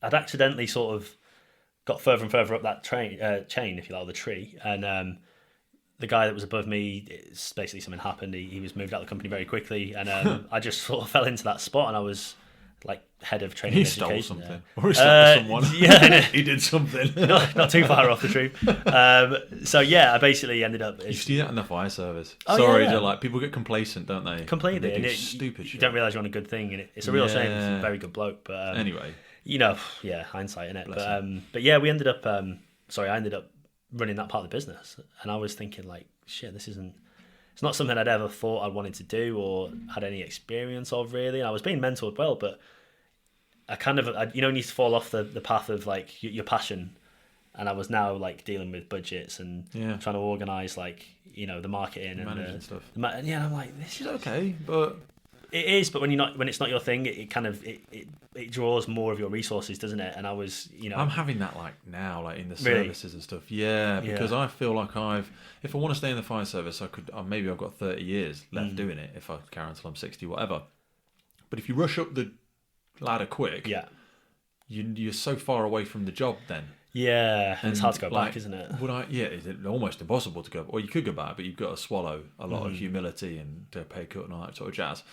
So we were speaking off the thing, like I'm trying to go into a different service at the minute and want to keep my foot in the operational world before I start jumping too far away from it. Because I just don't get back. And I don't think I would be motivated for the next 30 years if I wasn't still like doing something close to the heat. I mean, ultimately, you didn't join the job to manage human resources, did you? Or no, to write policies. Yeah, exactly. Yeah, that's the thing. It's a unions. It's a necessary evil, isn't it? But everyone. I'm appreciative of the people that do it. Yeah, I'm not sure they should always be paid more because I genuinely do think it's a different skill set. It is. Yeah, you have to be different. You have to be interested in stuff in a different way. I don't think it's more or less valuable. It's more valuable because less people want to do it. It actually kind of, without going down this rabbit hole, but it kind of feeds into the argument for like direct entry into certain roles because it's a different skill set. It's a different skill set. You know what I mean? You want the administrators. And I don't want a knuckle dragging firefighter in charge of accounting. No, yeah, exactly. Because we've seen that. And it goes very It's crazy, isn't it? It's crazy. It's absolutely crazy. You're head of human resources. You don't fucking know anything about it. There's genuinely qualified people in the world of human resources sector who should I want someone who really is interested in that. Yeah, that's green and grey books is good. We shouldn't all be like, when people go, oh, but they've never done the job. Good. Don't care. They don't need to. Don't want the head of corporate comms or don't want the head of finance, definitely, to be someone who's been on the truck for 10 years. Oh, God, Or 50, whatever. It's not their skill set. And it's not a useful kind of, it's not a good use of resources, is it? No. That person's much better suited into an operational role or 100%. overseeing it at least, Yeah. Anyway, I digress. Sorry. No, so you had gotten into a position similar where you weren't having that sense of reward from face to face as much, either with the client or even teaching. I wasn't. You were now moving right up. Yeah. In the running the business essentially, running the business, all that branch of building courses, whatever. Yeah, all of the meetings and the I've sat in. How old are you? Late 20s? Where are you now? I was only I'm 34 now, so I was 27 maybe. I think at that point, 27. Yeah, 27. Still living with a mate in a flat, or no? I'd so I was in a flat share in Twickenham. It was a great time, to be honest. It was one of the best sort of. It was like I think 6 or 7 of us there, and right in the town centre. It was brilliant. Loved that. And then my now fiance moved in, and we sort of grew up a bit and moved out, kind of thing. Yeah. But yeah, it was fantastic. And but yeah, I wasn't happy. I was doing stuff that I was doing it because I felt like I had to, and I was doing it for other people. Cause similar to like I said before, it's cool to tell people you do it.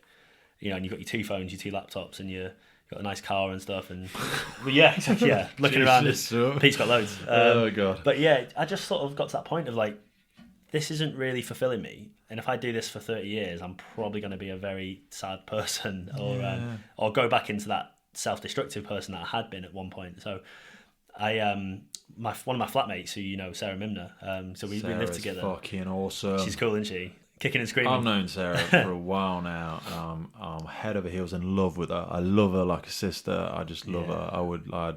She's fantastic. She's amazing. And how did you meet Sarah? So she moved into our flat. She was, I hope she don't mind me saying, she basically, I won't say what she did, but she left her job and so she'd done that, and basically we got on really well. As you know, she loves a fizz. She's well into her training. She's similar interest, and got like a house on fire. Can drink as well, so that was always good. Yeah, she was a good laugh. But she joined the fire service. She jacked it all in and changed jobs. And she was coming home in the evenings, kind of telling me what she'd done, and I was just like, it was just one of them. She was coming home saying, I've done this, I've done that, and like my message was like, you're well jealous, aren't you? I was like, do you know what? I think I am. Like, that sounds brilliant. And I didn't want to admit it. I was like, fuck me, that sounds a lot better than what I did today. Do you know what I mean? Because I was like, I went to this meeting in Central London with, there's quite a few big names in the fitness industry I was meeting with, and majority were tossers, to be honest with you. But I was like, I'd rather do that, I think. And I thought recruitment came out again. I don't know what had happened at the time, but there was another round very quickly after. And I was like, do you know what? I'll just put in an application, see what happens. And you know what it's like. It's incredibly competitive, isn't it? And to even get through the sift is like.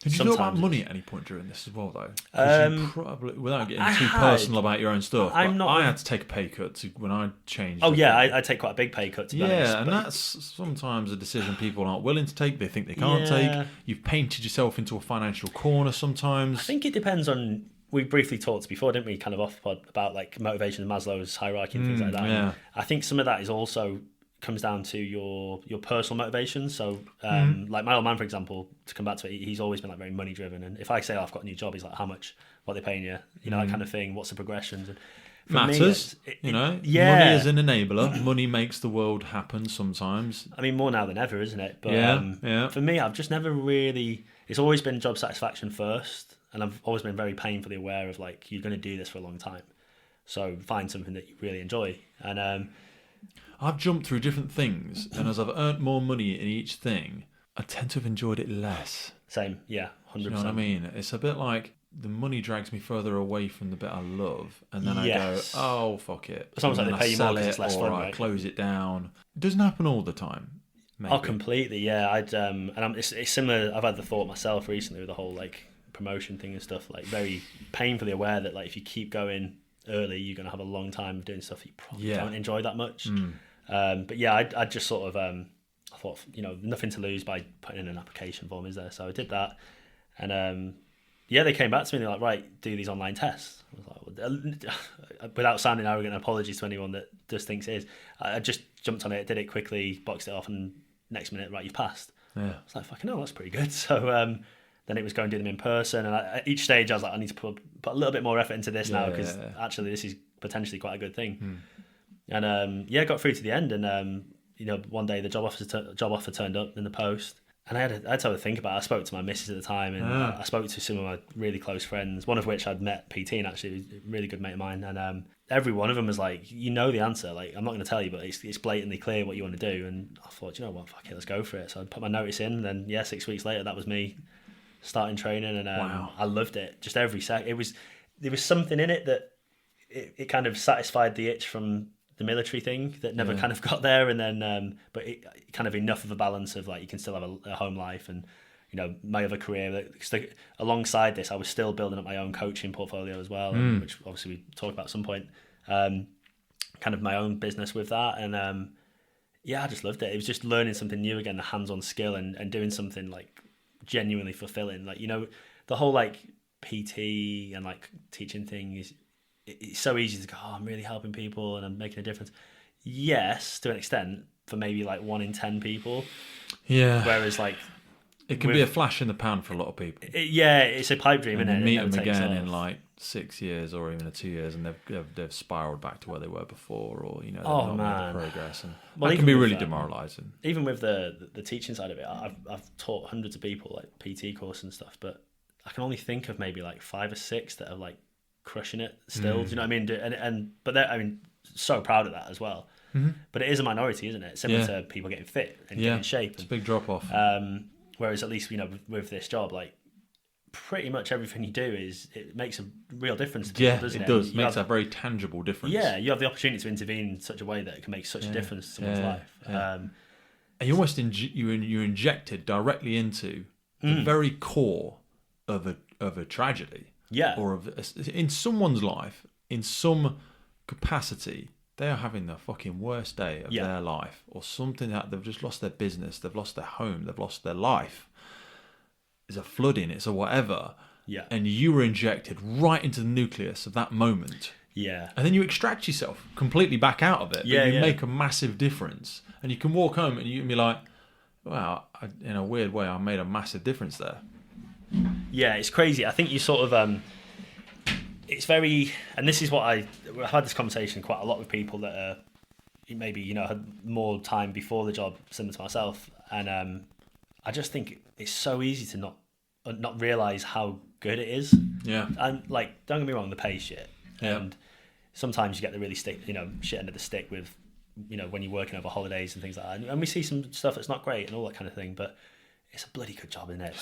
It's brilliant. You get to do some really exciting stuff. You get to, meet great people. Your day to day is actually pretty enjoyable most of the time, isn't it? Yeah. And you do have time to work on other things as well. Yeah. And I'm just eternally grateful. It's a great lifestyle job. It's fantastic. It's a great balance, especially with like kids as well. Like I get to see my kids so much, and be part of those early years. Whereas if I was working a 9 till 5, or 8 till 8 or whatever it's going to be, really and do wait the weekends, you never see them, do you? No.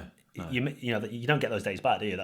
Once that's gone, it's gone. Ever. And I'm super grateful I found it, and it just really came along at the right time, out of nowhere, and I never expected it either. I've kind of, you put yourself into this box, don't you? And you do all these qualifications and you get this experience, and you think, well, I have to do that now to justify. You get that investment bias. Yeah, I put so much into this. I can't walk away from it. You feel like obligated to continue down that path because you've invested so much into it. But that's again why I just talk about those chapters of life analogy, because you fill up your plate so much with everything. You've got to get rid of something to be able to move forward. You've got to let go of something to grab onto something else. And that's the hardest thing, isn't it? I think that's the scariest kind of decision in life, is to let go of one thing to hopefully get another, but it's a crying shame if you don't, isn't it? If you've got a dream and you've got something you really want to do, you've got to chase it, haven't you?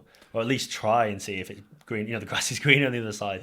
Because again, we've talked that kind of false summit analogy. Like, I've hit that multiple times. I've got to the but I've got to the top of one mountain, and like we said, and realised, well, actually, there's either another one to go, or there's another one over there that looks more interesting. And there's nothing. You've got to go through the valley, as they are. You do. That's why I love that analogy of a mountain, because you've got to climb back down, have the humility, walk through a bit of a shit bit, walk through where everyone looks down at you and goes, oh god, did you used to be successful? What are you fucking doing down there? What, you can't go on holiday this year because you don't earn any money? You do get those questions, don't you? No, mate, where you went wrong. You know what I mean? But you're like, no, I'm on my journey to the next thing. Do you know what's really interesting? The amount of people that did ask those questions and like, what are you doing? Like, what are you doing? But then a lot of them have now come to me since and gone, how do I get in? And like, when are they recruiting? Because they've kind of hit the same thing themselves slightly later. And it's it's an interesting one. There's an awful lot actually of people from the sort of strength and conditioning and coaching industry that have joined the job.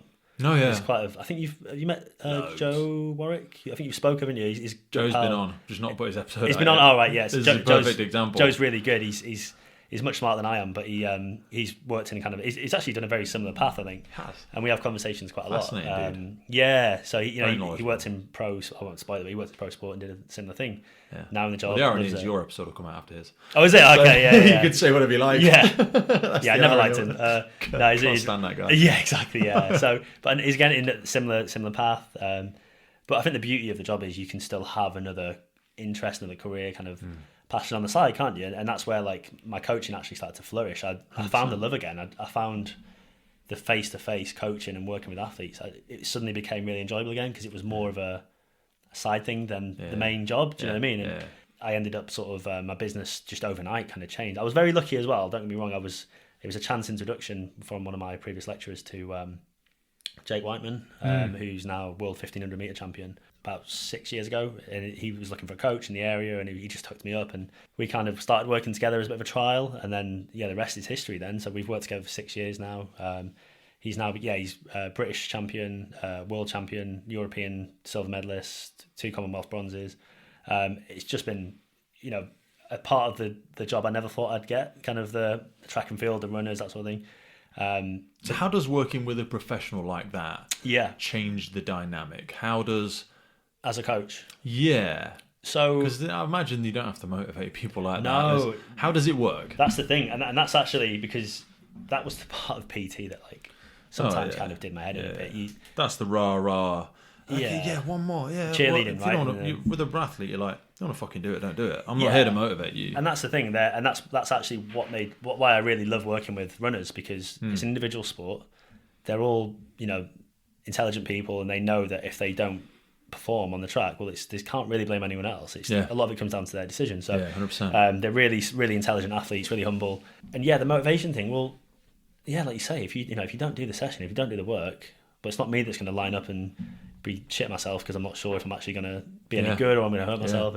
And it really was an accidental niche that I've fallen into that I really love. Like, it's it's pretty much 95% of my athletes now are middle distance runners. And a lot of that's off the back of working with Jake and kind of him doing quite well.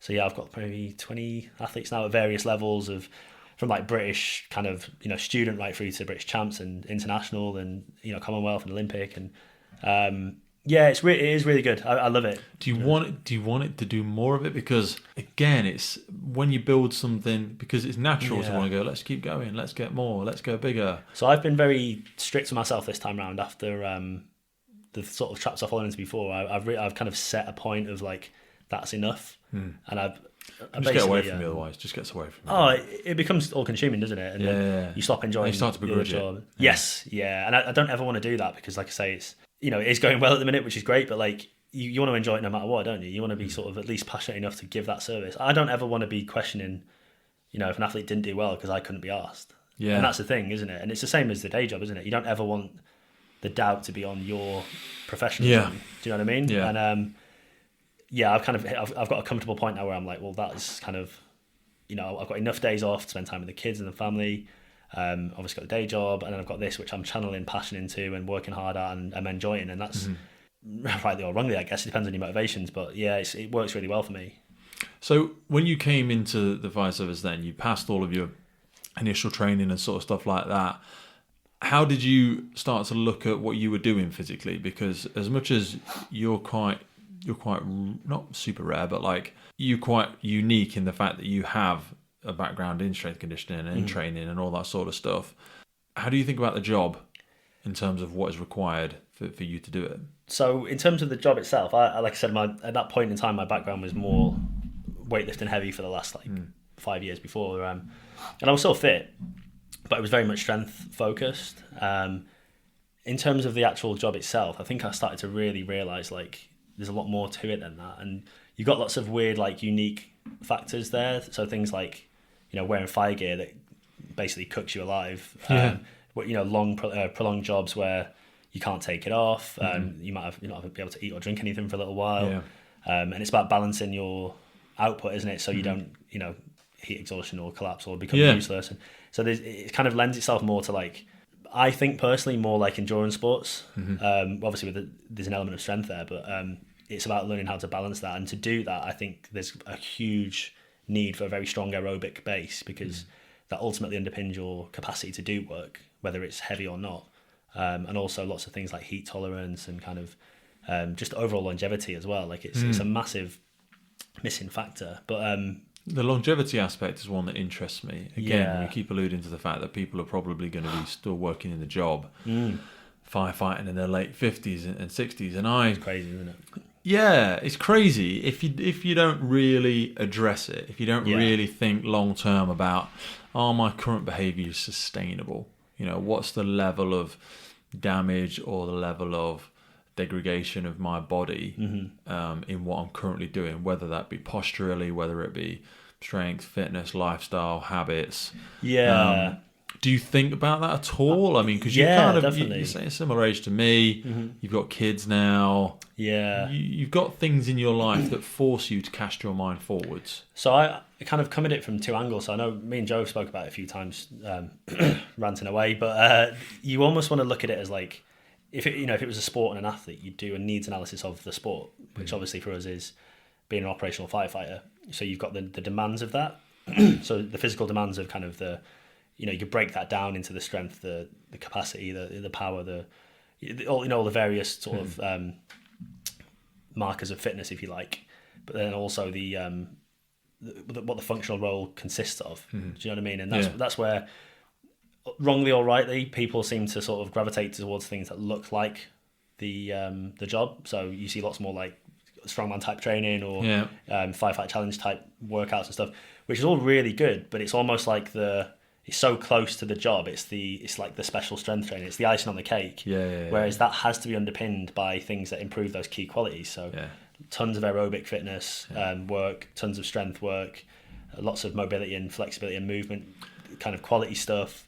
Expand on that for me. Because I didn't engage in as much until I stopped doing strongman.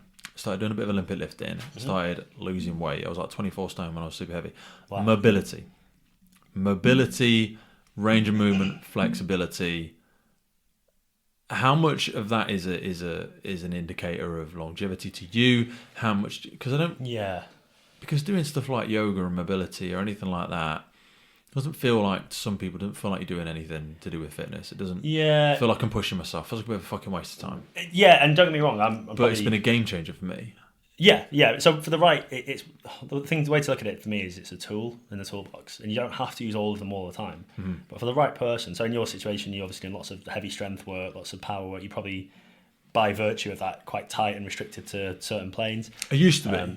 As I've gotten more mobile, I was about to say I've gotten weaker, I've gotten less strong, but also I don't take all the drugs I used to take. So it's like, it's hard to really pinpoint what split everything out because it's such a mess, but I feel my body feels on my team, like I'm not fighting it now, I'm not dragging it around. And that's where you want to be, isn't it? That's such a good feeling when everything... I can get into positions, get out of cars, get into deep squat, everything like that, and I'm not hurting. So that's what I was going to come back to there. You saying like getting out of cars and things. The job itself is very unpredictable, isn't it? And you want to... What you don't want to be is very restricted, kind of, sagittal plane. I can do perfect squat patterns, but... if you're climbing through someone's bedroom window at 2 a.m, like on the job, obviously, not in your own time, you're all over the place. Yeah, everything you're getting off trucks, you're lifting, you're moving, jumping, picking things up, dragging people. You're never doing proper manual handling. So what for me, it's about exposing your body to stress in lots of different positions, because if you don't want the first time you go there to be in a life or death situation, or in a situation where there's that much force that you could really hurt yourself. If you've trying to move a bariatric. That's the thing. You can look at manual handling and kind of the best techniques and bend your knees, and ultimately, if you're trying to drag someone down the stairs, in a hurry up, climb around the back of them in a disabled toilet and try and get them out, or look at the positions you end up in. It's not comfortable in the slightest, is it? But no. If you can expose your body under control to like awkward positions, obviously with an underpinning of strength and decent kind of fitness anyway, then for me, you're less likely to get injured. What does that look like for you then, day to day? Those kind of movements so I like to include lots of kind of awkward carries and things like suitcase carries, things like that. I've started using things like kind of lighter deadlifts with a flex spine, kind of exposure to kind of brace flexion, probably similar to strongman, things like stones and stuff. Using things like deficits, or again, just awkward kind of a lot of core stuff as well. So using lots of like resistance to movement, things like dead bugs, and lots of banded like Pallof press type things. So stuff that's exposing your trunk and your back and kind of your joints to awkward positions where they have to brace and create tension globally. But without obviously the level of force that you're going to hurt yourself. So it's just about dipping your toe into that. I stopped using loads of assistances as well. Okay. Like belt. When I was like in big inspire, I was belt wrap. I had every single belt wrap, strap, sleeves. If I'm doing lots of Olympic lifting, I've got some knee sleeves I use because I like to keep my knees warm. Yeah, I feel like when they're cold, they hurt. And I want to get them warm, and I want to keep crunchy. them warm. Yeah, that's crunchy. But in my day to day now, yes, I lift a lot less weight. Embarrassingly so to an extent, but like I'm feel secure in more positions than I ever used to. Yeah, do you know what I mean? I'm not nervous going into different places. It's the whole kind of anti-fragile thing is the way I like to look at it. You see the knees over toes guy? I have. I don't really get. I've not really looked at too much of it because it's a bit of a hype thing, isn't it? But I kind of get what he's doing, and I agree. I guess I don't do anything of it with weight because he does some scary stuff with weight sometimes. But I do some of it totally. Gonna like some of the sledge rad stuff and some of the far leaning lunge style stuff and doing it with wedges and all that sort of stuff. Deep split squats and stuff. Yeah, you know what? My knees never really forgave me from squatting 290.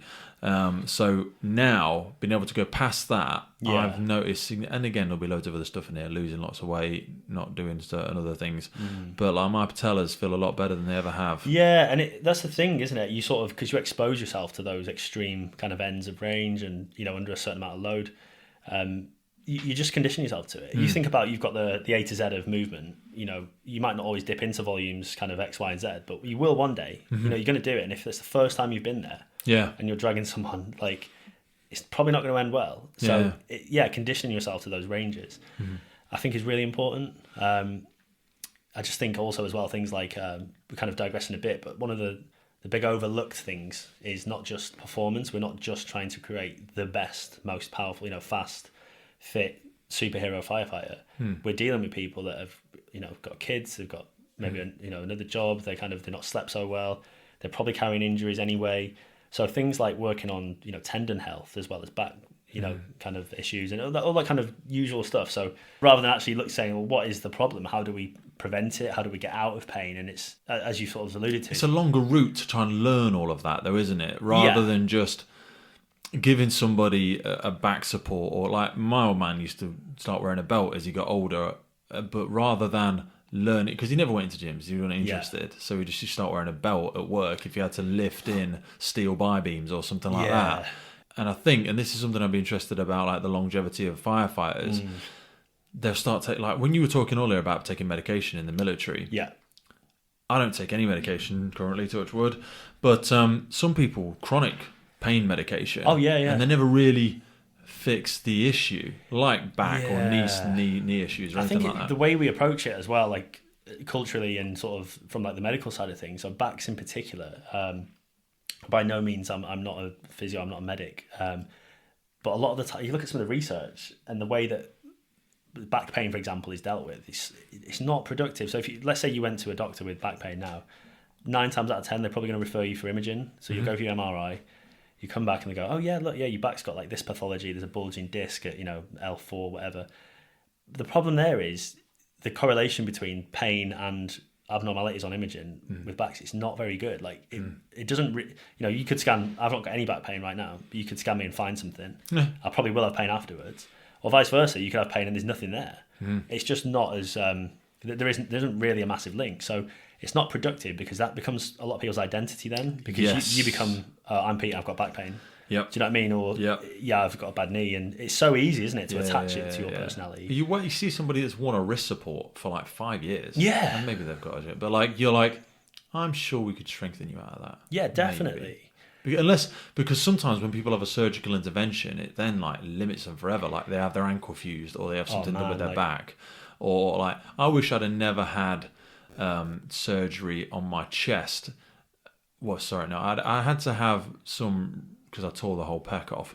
But the surgery wasn't done very well. Right. And I know it wasn't. And I never claimed against it or anything like that. But when I see some people have a surgical intervention in their back or in their knee or in their leg, and they're like 5 stone overweight, and you're like, well, maybe if you'd have just lost some weight and then strengthened it, because once you have a surgery, or once you start taking lots of medication, it's hard to come away from it then. Sometimes impossible if you have a surgical It's hard to come away from it, and also, if you do, it'll come back because you've not addressed the core issue, have you? Yeah. Whatever it is. Because again, with backs, it's not super simple. And like you speak to any like physio, and what intervention would you use for this back injury or this back injury? And it's probably the same thing. Like you're still going to be in the gym doing the same stuff. Yeah. The issues are generally very similar. Is it postural? Is it lack of strength? Is it your lumbar pelvic relationship? Can you not create a neutral spine and hinge from the hip? Well, it's stuff that can be fixed. And like, yes, it's painful. Yes, you will. You're not going to be in the gym pain-free from day one. It will hurt. And it'll take a lot of time. Boring. It's long. Every day, the same things. Probably, you might be doing it for a year before you feel better. Yeah. But that is the way out of pain, isn't it? Yeah. And because that's how you got into it. Boring. Yeah, progressively. Exactly. Yeah, it is. But what you were doing. You got here over 6 years. Yeah. Now Completely. you want to fix it like that, when you can be a long travel out of this. And that's the trouble, isn't it? The magic pill is so much more tempting, isn't it? Yeah. If you do one thing, you go for one surgery and you're told that will make it better. Well, you probably will take it, won't you? But it's a crying shame. I think we just need to invest more in that. Things like the Firefighters charity is fantastic, that you can go away and do rehab and they will take care of you. But I almost feel like that should start way before. I think we need to put more into, yes, giving you time to train on fire stations is fantastic, but there needs to be structure there as well. So whether that's having coaches or producing more kind of guidance with programming and things centrally, I don't know. But do you think people would want to do it? I think there's a real, and you've probably seen this as well in the fitness industry. I don't think it's isolated to the fire service. I think it's everywhere. A lot of people don't want to be told how to train because they probably trained themselves for quite some time. Yeah. And there's a certain amount of ego there that, not necessarily, in a harmful way, but like you're asking people to question what they've been doing and possibly admit that it's not the best. Yeah. And I think that's really difficult. You've got to admit you've been getting it wrong a little bit. Yeah. And or maybe what you did worked for when you were. Yes. But now you're 40. Now you're 50. Yeah. So actually doing, 10 sets of 10 on a bench press is not what you need to be doing. It's not doing any favours, is it? It's not what you need, And that kind of feeds into the other part of like the needs analysis side of things. You've got the athlete needs analysis itself, which for us, we are the athlete. We're our only asset, really, aren't we? Yeah, 100%. And you can't switch this out. No, exactly. Yeah, you don't change it halfway through your life. You get one body. And that's the trouble. You can't then, you doing workouts that you've seen like a 22-year-old like elite CrossFitter do online as a 40-year-old guy. And also, they don't do that every day. No, they don't. You know, and this is the thing. We talk about powerlifting. Powerlifters do like 3 intense sessions a week, and there's so much rest involved around that. Even the bodybuilders that some people still admire, and I was there once, they don't do the 1 rep mat. They'd be blown out. Even the strongman athletes, they don't do that every day because you have those micro meso cycles and stuff in your training. And they're guys with the capacity to recover more than most humans. Do you know what I mean? Yeah. They're at a point where they can recover from that, but even then, they've got a job. Limit. Yeah, exactly. That's it. I was there. You eat 8 times a day and sleep for fucking 70% of the day. It's brutal, isn't it? But even then, there's still a limit, isn't there, to what you can recover from. So 100%. I think you need to. The kind of the athlete needs analysis for me is the biomechanical side of things. So what are your physical strengths, weaknesses in terms of movement, in terms of your physiological outputs? We're talking like jumps and strength and kind of what can you actually produce and how do you do it? But then also like much more heavily focused on the lifestyle, I think. So do you have like 3 kids? Excuse me, is that kind of a big part of your time? Do you drive a cab? So you sat down for like 8 hours a day outside of this job. Are you not sleeping because you've got a baby at home? Do you eat well? Do you drink enough water? There's so many factors that you have to kind of balance with, the training input because that's all stress, and stress is stress, isn't it? As much as we say going to the gym is good for my health or whatever, well, it is stress. I train too much. I train way too much. Even like now, something we've spoken about. I'm engaged in something minute, so I've changed my training completely. Sure. Training loads of aerobic. I'm running lots. My knees are screaming a fair bit at me, but I'm so scared of failing at it that I'm overtraining. Okay, I'm still trying to do my gym work as well because egotistically, I like to aesthetically look a kind of way. How gay is that? Do you know what I mean? It's from the background. That is, mate. That's residue. It's hard from when I used to take all the things I used to take, and I like to look a certain way. So I still like to do that. But now I'm running 2 training programs. Yeah. And assuming my body's going to keep recovering, right? And I'm starting to ice this left knee a lot of the minute, and my sleep's good.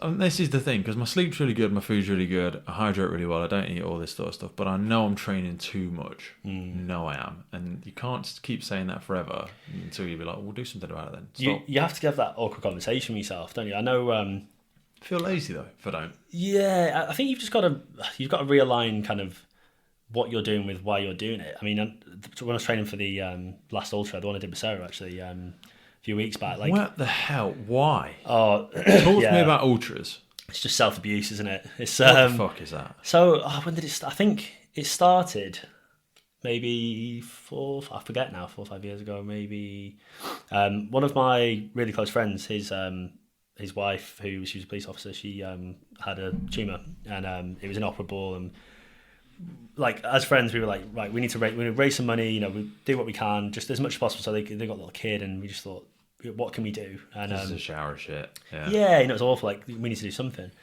And I think just stupidly I put the idea out there. We do like I think we settled on like London to Brighton in the end. We're like, let's just do like a crazy long run kind of thing, and just Had you always ran from because obviously you said you went and did a bit of the powerlifting, Olympic lifting. Were you still running as part of your weekly? Because some people, when they run when they're young, they always run. They're like, just makes me feel. I wanted to. Years of not running at all. Yeah, I loved running still, I think, but then kind of through uni I was doing lots of weightlifting and I was still running around at BMF, but I wasn't fit and I wasn't like, I could knock out a 5k slowly, but I would have struggled. But I wasn't really doing it because I used to get like from the knee injury, I'd get knee pain after doing like any more than that. If I did like 1 5k, the next day I'd be like occasionally limping. You get like kind of shooting pains and stuff. So I just kind of I got to that point where I was like, I'm never going to be able to do it again properly. And then I stupidly agreed to this. I think it was over a beer. We were like, what can we do? And the next day, obviously, someone's already started to put wheels in motion. We were like, shit, we're doing it. And so I started training. I was like, well, I'm going to have a proper go at it. People, my sort of thing with this is like, my motivation is to get something in the diary that's a little bit scary, then tell people I'm going to do it. And then I've got to do it. Social accountability. Yeah. Because you don't want to be that guy that doesn't do it. Do you know what I mean? So, I started training and fuck, man, my knees were like not enjoying it. Like they were really hurting. But I hit a point, I don't know the exact number, but when I'm getting over like 15 miles a week or something, they actually feel all right. Really? It gets almost like a protective dose. Yeah, I think the tendons kind of, obviously tendons respond well to loading. They hate being offloaded and they'll get aggy. So there's a certain amount of running that I do, and I don't know the sweet spot. I don't really want to drop below it again. But once I hit it, they feel okay. Touch wood. Touch wood. So I started training, and then I started to enjoy it again. And I just thought, you know what? It started to become a bit more of an addiction. And I was like, I wonder how far I can keep pushing this. And not in a crazy way. No, I'm not going to win anything. But so we ended up doing that. Did London to Brighton, and it was how far was that? Money, 62 miles. So that one was over 20 hours. That one, one of the lads basically. Running for 20 hours. Well, we were running for a lot of it, and then one of the guys rolled his ankle, and we had to like walk probably the last 20. It turned out he'd actually fractured it. We found out later. Did he keep going? Yeah, he cracked on. We taped him up, and he carried on. Wow. Yeah, it was impressive. It was again another ex-military sort of wanted to finish it, so it sparked something though. And afterwards, I sort of thought, well, I wonder what I can do on my own. It was fantastic bunch of lads did it with, and I just thought, I wonder if I can do that. I always train by myself now. I can't be asked to organise this stuff with other people. It's so hard. And that's where I've ended up now. It's probably too much really, but I thought, you know what, I'm going to enter something else. I went for the Jurassic Coast Ultra. So I don't know if you've been down there, but it's huge cliffs the whole way. I wish I'd gone before I'd entered it, but it was a hell of a challenge. So I did that last year or the year before maybe. 62 miles again in 18 hours. Mega hilly, but I loved it. It was just How do you train for that? Because it can't just be as obvious as maybe it is. I don't know. How do you train for that? How do you eat and nutrition for it? Because I've never really gone far into it. As much as I've read the Goggins rubbish and I've spoke to a few ultra people, how do you do it? So I'm quite minimalist with it compared to a lot of people, just because again I'm painfully aware I've only got so much time and resources to train and then recover and still do my job and everything. So I don't think I ever really went over 18 to 20 miles in a run. That was like the longest. It still takes ages. That's the thing, and it's so long. I just I haven't got time to go out and do like 2 marathons in a day. We've just released an episode with couples on the front line, Jess and Jamie. Okay. Jamie's a police officer, Jess is a firefighter. Jamie does ultras, and I genuinely think it's over 200k or something. Oh, Jesus. And he says, I loved it. I've got to do the training runs and stuff like that. And he does like 120 miles a week. Yeah, and that takes hours. That's a full-time commitment. He's got 2 kids as well, and I'm like, jeez, man. And he's very honest. He's like, I hate how selfish it is sometimes, but it just takes so long. And that's the difference with. I imagine he's a lot more competitive at it, and than I am. That's the thing. I'm there as filling up space, really, but that's a lot of volume. And he doesn't listen to music. Oof. See, I listen but to you're not allowed to when you run, are you? When you compete, someone said to me, you're not allowed to. Certain races, so that one we it's dangerous if you're like if a car hits you or you're not very aware because you're off in your own little world. But I think sometimes if I didn't have something to listen to, I only run like 6 miles, and it hurts me to run. I'm still like 18 stone or whatever, and I'm like, it's nice to have a distraction, isn't it? I need it, because my internal mind. Like, I don't know if it's an addict or maybe everybody goes to this. Maybe I'm just being a bitch. I don't know, but I'm like, no, I think it's. I get so bored. My mind's just like, let's just go and do something else. Yeah, it can't kind of stop now. It comes down to that. Have you heard of central governor theory? Yeah, Tim Noakes is kind of the big proponent. Expand on it for us though. So central governor theory basically states that you've got central governor, if you like. So in your brain, there's a part of it that basically exists to protect you from kind of overdoing it and hurting yourself. So basically, as you pull yourself away from homeostasis, so the body's rest point, when you start to exercise, get hot, and kind of push yourself, there's a point where that central governor looks at the information coming in, the feedback from your body going, right, legs are pretty tired, lactate's getting high, heart rate's going up, temperature's getting a little bit too high. The idea is then that the central governor basically puts the handbrake on a little bit and goes, well, in that case, we'll slow down, we'll stop working so hard. And I forget which one came first, but do you know where the origin of the governor, the term came from? The governor itself? No, not sure actually. It comes from vehicles. Oh, okay. So they put a governor, they put a limiter on a lot of vehicles to stop you breaking it.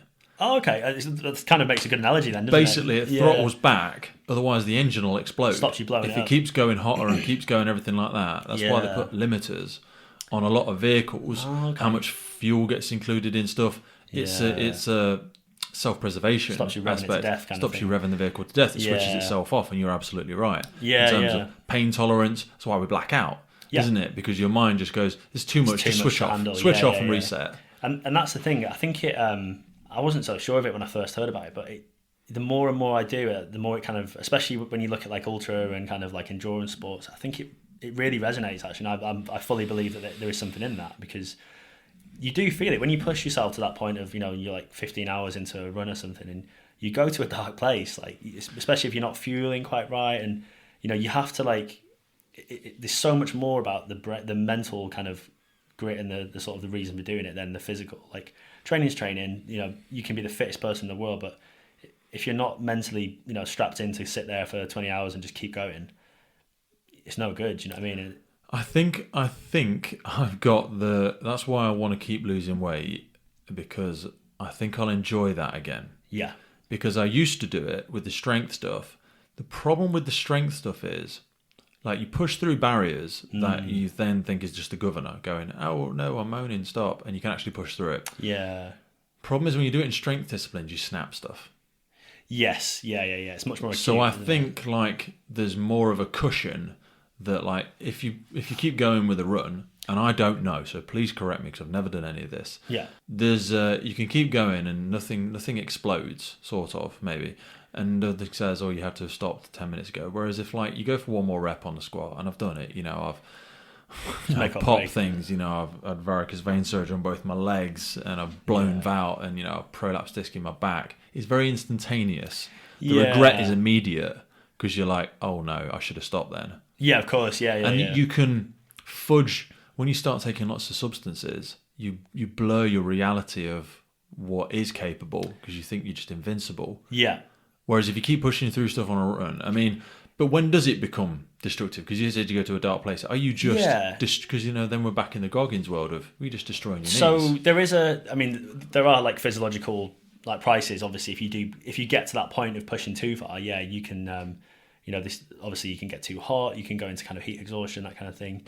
That can also lead to things like, gut permeability kind of gets more and more as you keep going. So toxins can start to leak into your gut, and you can get poorly that way.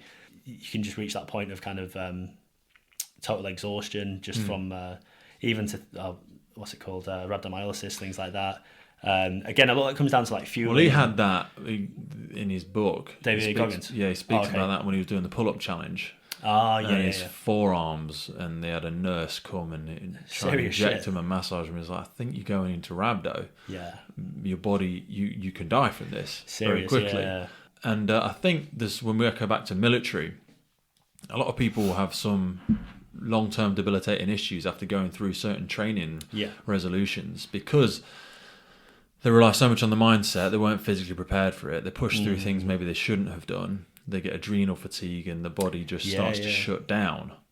Yeah, your body, like you say, there's only so much resources that it's got to recover, isn't it? And you look at that old sort of, do you remember the whole like gas principle, the general adaptation syndrome?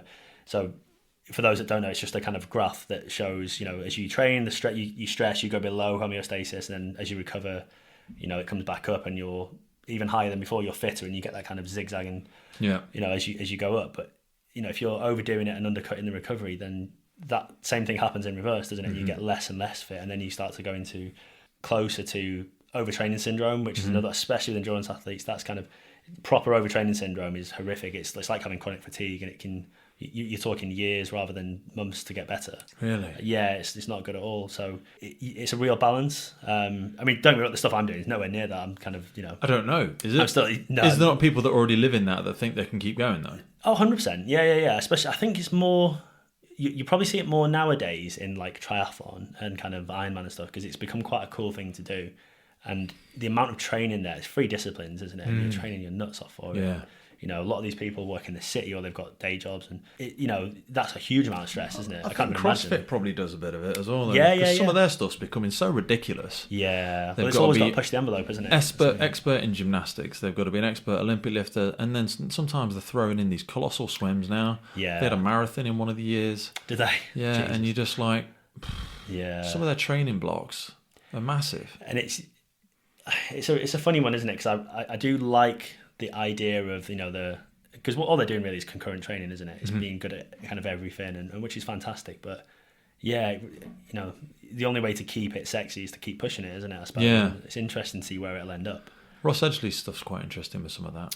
Yeah, he's kind of pushing it, isn't he? The swim was unbelievable. The swim was colossal. Yeah, and he tries to demonstrate that you can still be strong, and there's lots of great books that go into that.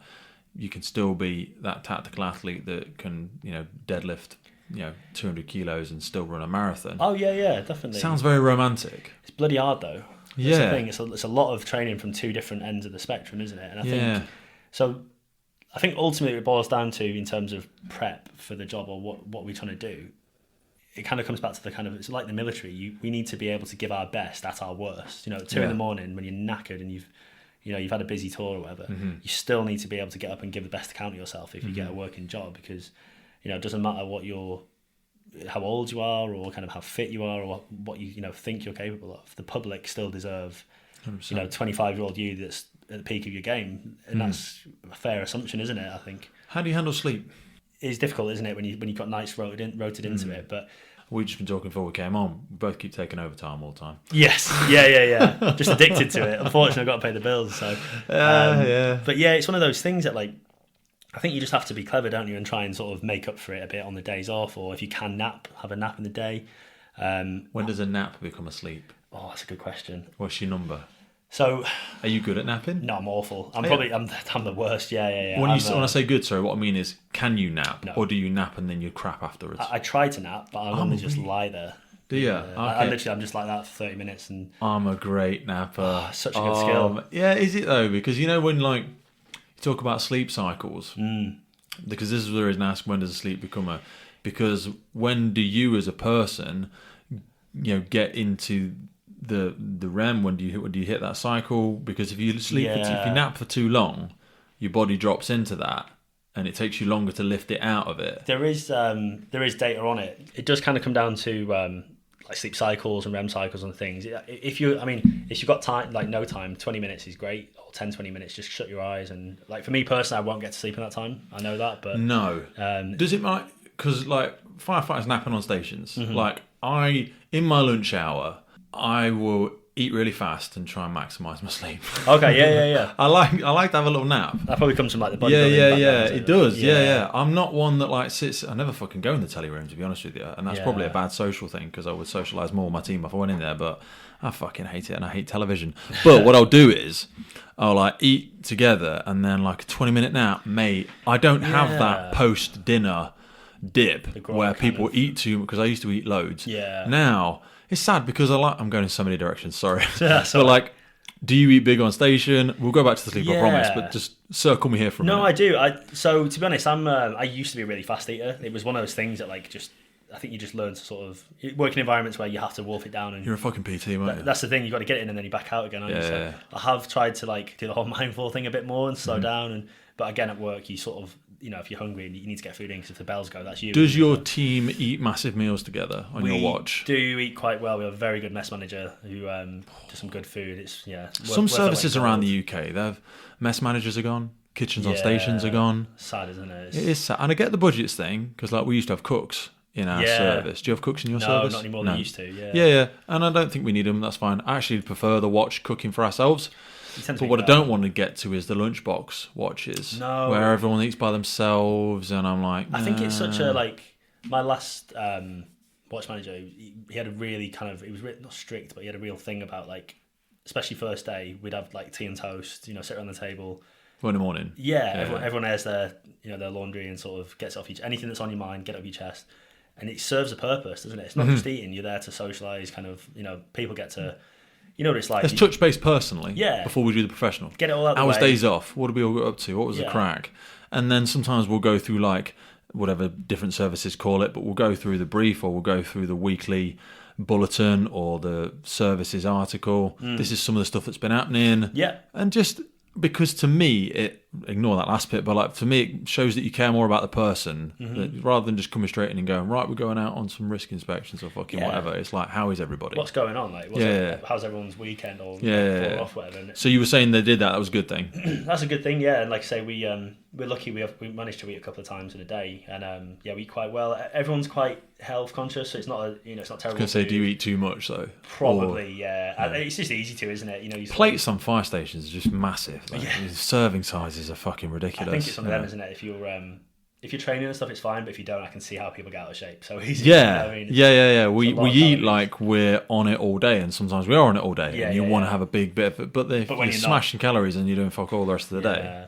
But I can see how that, like, again, I do get I get a little bit sleepy after food. Yeah. I mean, I do, whether it's good or bad thing, but I'm just not great at napping. I've got like 2 kids now, and I've tried, and I'd still do. If I'm knackered, I will. If there's 20 minutes, I'll try and shut my eyes. But just have a busy brain and just kind of end up lying. Yeah. I still feel better for it, and I think that's like the bottom end of it. But I think if you go beyond, so like in terms of my golden rules for it, it'd be 20 minutes, and then if you get to like half an hour, 40.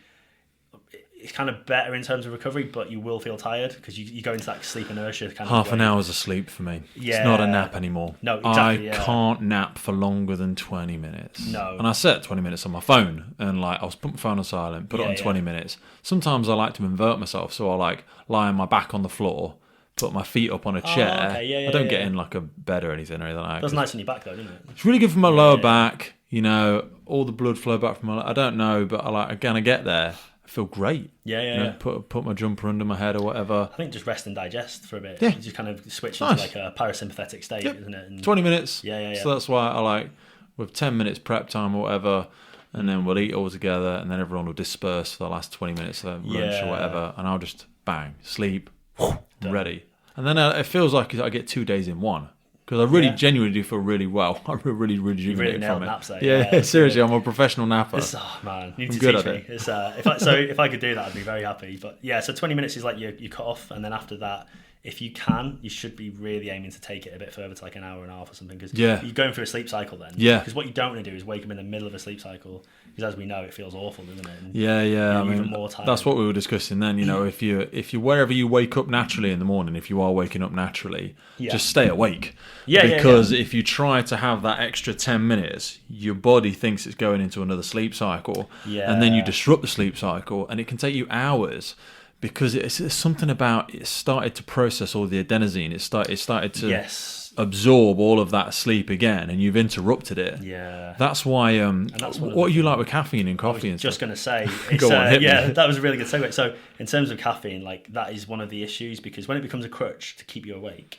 So like the running theory at the minute, as you've touched on there, is adenosine. So adenosine molecules, obviously, when they lock into the receptors, they create drowsiness and sleepiness. Caffeine kind of fits the same receptors. So those molecules jump in there, kick out the adenosine, you feel fine. But then you start to get adenosine pooling. So it builds up. And that's why you have one coffee, you feel great, then you feel shit. Then you have another one, then you feel great, then you feel even more shit. And then if you don't nap and get a chance to clear that adenosine, then you will feel awful. And you get into this really negative cycle. Now, don't get me wrong, I'm one of the worst people for it because I love coffee, I love tea, and I drink it far too late and all that good stuff. But, too late and too early. Yeah, and too early as well, actually. That's another interesting When you wake up in the morning, your body is still processing some of that adenosine out. So if you get straight up and smash the caffeine, adenosine sits there stagnant, and then it builds up through the day. So I don't try and have, as much as I get up and train first thing in the morning, what I used to do by mistake is I'd have a fucking pre-workout, or I'd smash a bit of caffeine before I trained. Now I do the whole, and I've looked at some of the research behind this, but I'm sure people will laugh at me when I say it, but I do like the whole fresh lemon, a little bit of salt, and just smash a pint of water. Yeah. in my mind, it tells me things about like, I'm putting all them salts back in my system. I feel better. I like to have something to drink. I don't just want water. And I don't want squash because I don't want all the sugar and shit. So it's really just a flavoured water, to be honest with you. Yeah, and then I crack on. The session starts a bit slower because I don't feel buzzing off my tits. Of course, yeah. But you're hydrated and you feel better. Yeah. And then my body responds better to the caffeine an hour and a half into the day. Rather than straight up smash a double espresso. See, I'm not a great... when it comes to practicing what you preach, I'm not always the best, to be honest, because I'm up and I'm straight to the coffee machine. But I just think, one, I really like it, and two, I just like try to... So I do like early runs as well, if I can, before work and dropping the kids off at work, school, childcare. Yeah. But then to do that, I just need that kick up the arse, to be honest with you. And whether it's right or wrong, I just, I've got into that cycle now of where it's almost become a bit of a crutch, and it probably would do me good to just come away from that for a bit. I've replaced sugar with honey, and I don't know if I'm just romantically telling myself that I'm not having lots of sugar, even though it eventually ends up being the same thing in the body. But I find like my body processes it better, and I buy probably unnecessarily expensive honey because it's nicer, it makes me feel better, and I feel like it's not as processed. But I tend to have like honey on loads of stuff now. Like my perfect pre-workout, actually, now I was going to say that, is a bit of wholemeal, bit of peanut butter, bit of honey drizzled on it. Oh mate. Nice bit of sugar in there. Oh my God. Little sugar kick, right? Boom. It's pretty healthy as well, to be honest. Yeah, I love it. Yeah. And or even sometimes I'll like go full on mush a banana, then put the peanut butter on the banana, then put a drizzle of honey on it. We're talking, Days. And how pathetic it is that feels like a treat to me then. It kind of shows that you're obviously very healthy normally then. That's honestly, mate, my food is really, really good. I've been so boring for so long that becomes a treat to me. Yeah. Because I never want to... it depends what you define as a treat. Like, I don't define ice cream or anything like that as a treat because genuinely, as sad as it sounds, I feel like I'm hurting myself. I do like pizza, every now and again, but like I can see how it's going to damage me. My body I feel terrible the next day. Not like emotionally, like physically. Yeah. I feel terrible. Do you know what? I'm a bit of a junk food addict, really. If I ever left my own devices and I didn't train, I didn't know about health and fitness, I'd be awful. But it's just that's like a treat, you know what I mean? Like a pizza or something. That is where I'd kind of... I can inhale a pizza. I owned a pizza company for a little while. Yeah. We went to events and did stone-baked pizzas. Oh, man, when I was there, I was horrific. I would eat like 4 because they're quite small. So I could eat like 5 of them and just inhale the bloody things. But like on the drive home and the next day, my head would be like fog. I couldn't think properly. My brain would be fuzzy. Just fucks you up. It's wild, isn't it? Really crushes you. Do you drink still? I do still drink. Lockdown didn't do me any favours, to be honest. Really? Legitimised day drinking, didn't it? Which is one of my favourite things. I do. I've just now, I've kind of, you reach that point, don't you, where like, your kids and your work and stuff, and you don't want to be going out till 6 a.m. and stuff. But I like to go out for a beer with my mates, but I'll try and do it in the day just because it sort of gives me time to then get home, have something to eat, drink some water, go to bed, feel all right the next day. That's where I think getting so obsessed with sport when I was young, I never developed the habit for it. Right, yeah. Just blind accident. Like it didn't. I knew it was going to limit me in my physical potential, so I never developed a habit with it. Yeah, and that's not really a bad thing, is it? Because you've got that. That is just. Yeah, but I think it does have a cost socially as well. Yeah, I know we touched on it earlier, but like I miss out on a lot of situations. Right. And I could just go and do it, but I just never. I don't feel a value in it. Yes, and that's really sad. Yeah, I mean, it's one of them, isn't it? It kind of. I've got friends who don't drink and never drank. Really? But they're friends from like weightlifting and sport and kind of that sort of stuff. But I hear what you're saying, especially in the job as well. So there is a culture, isn't there, of like you go out for a beer and socialise that way. But I sort of try to limit it now just because I know I just can't handle having 2 young children on my own. I'm absolutely knackered and hungover. And I just, to be honest, I don't massively like going out, especially like in the evening and like nightclubs and stuff. I can't think of anything worse. Oh, it's terrible. But I do also like I had a glass of wine last night with my missus and that sort of stuff. And I just think everything in moderation, really. I'm very much sort of, I like things that aren't necessarily healthy, but I'll train and I'll eat well for the majority of the time and kind of factor it in. So take me back to the job in terms of why you're still doing it, because you've been doing it for a number of years now. You've obviously, you come on the podcast, so you're still interested in the job in some capacity or another. Yeah. Some people don't love it. Some people don't see themselves doing it forever. But there's a lot of new people joining services now, going through so much recruitment. We've been speaking about all the transfers that are going on, and brigades and services and shires that are recruiting.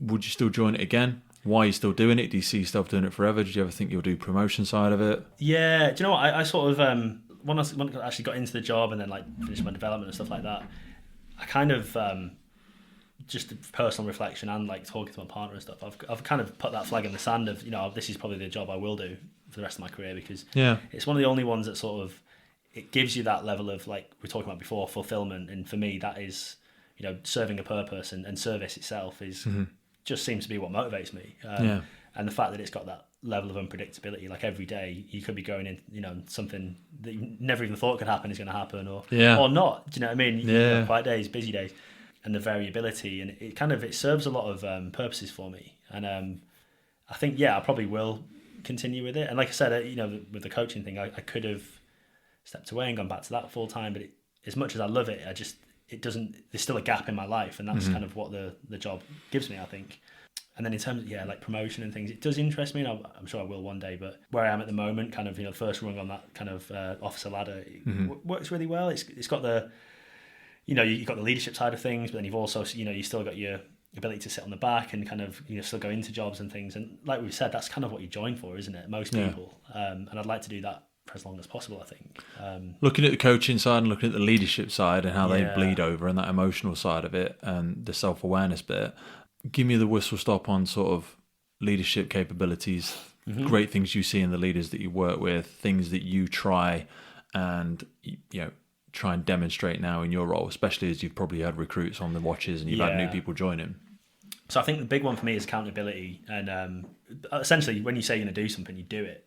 Not only that, but also taking responsibility for things as well. So, for me, a good leader is, if they've done something wrong, that they'll quite happily hold their hands up and say, yeah, I did, and this is how it's not going to happen again. In terms of like the accountability side of things, if you go to your line manager and ask something and they say they'll do it, you'd like to know that coming in the next day it's done. Do you know what I mean? And that's, you're not there just to serve, but like it's an important role, isn't it? You're not taking on that leadership role for your benefit, really. I guess you are in a way, but like you're taking on responsibility, aren't you, for the people that you're working for?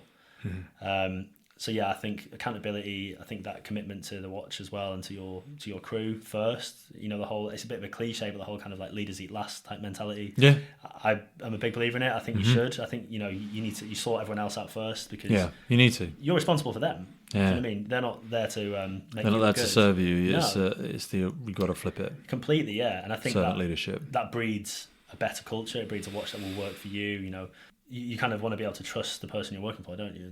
That they're not going to throw you under a bus, or it's not about taking the rap, is it? But it's about putting your neck on the line sometimes, isn't it? And 100%. Saying I trust the people that work under me or work with me.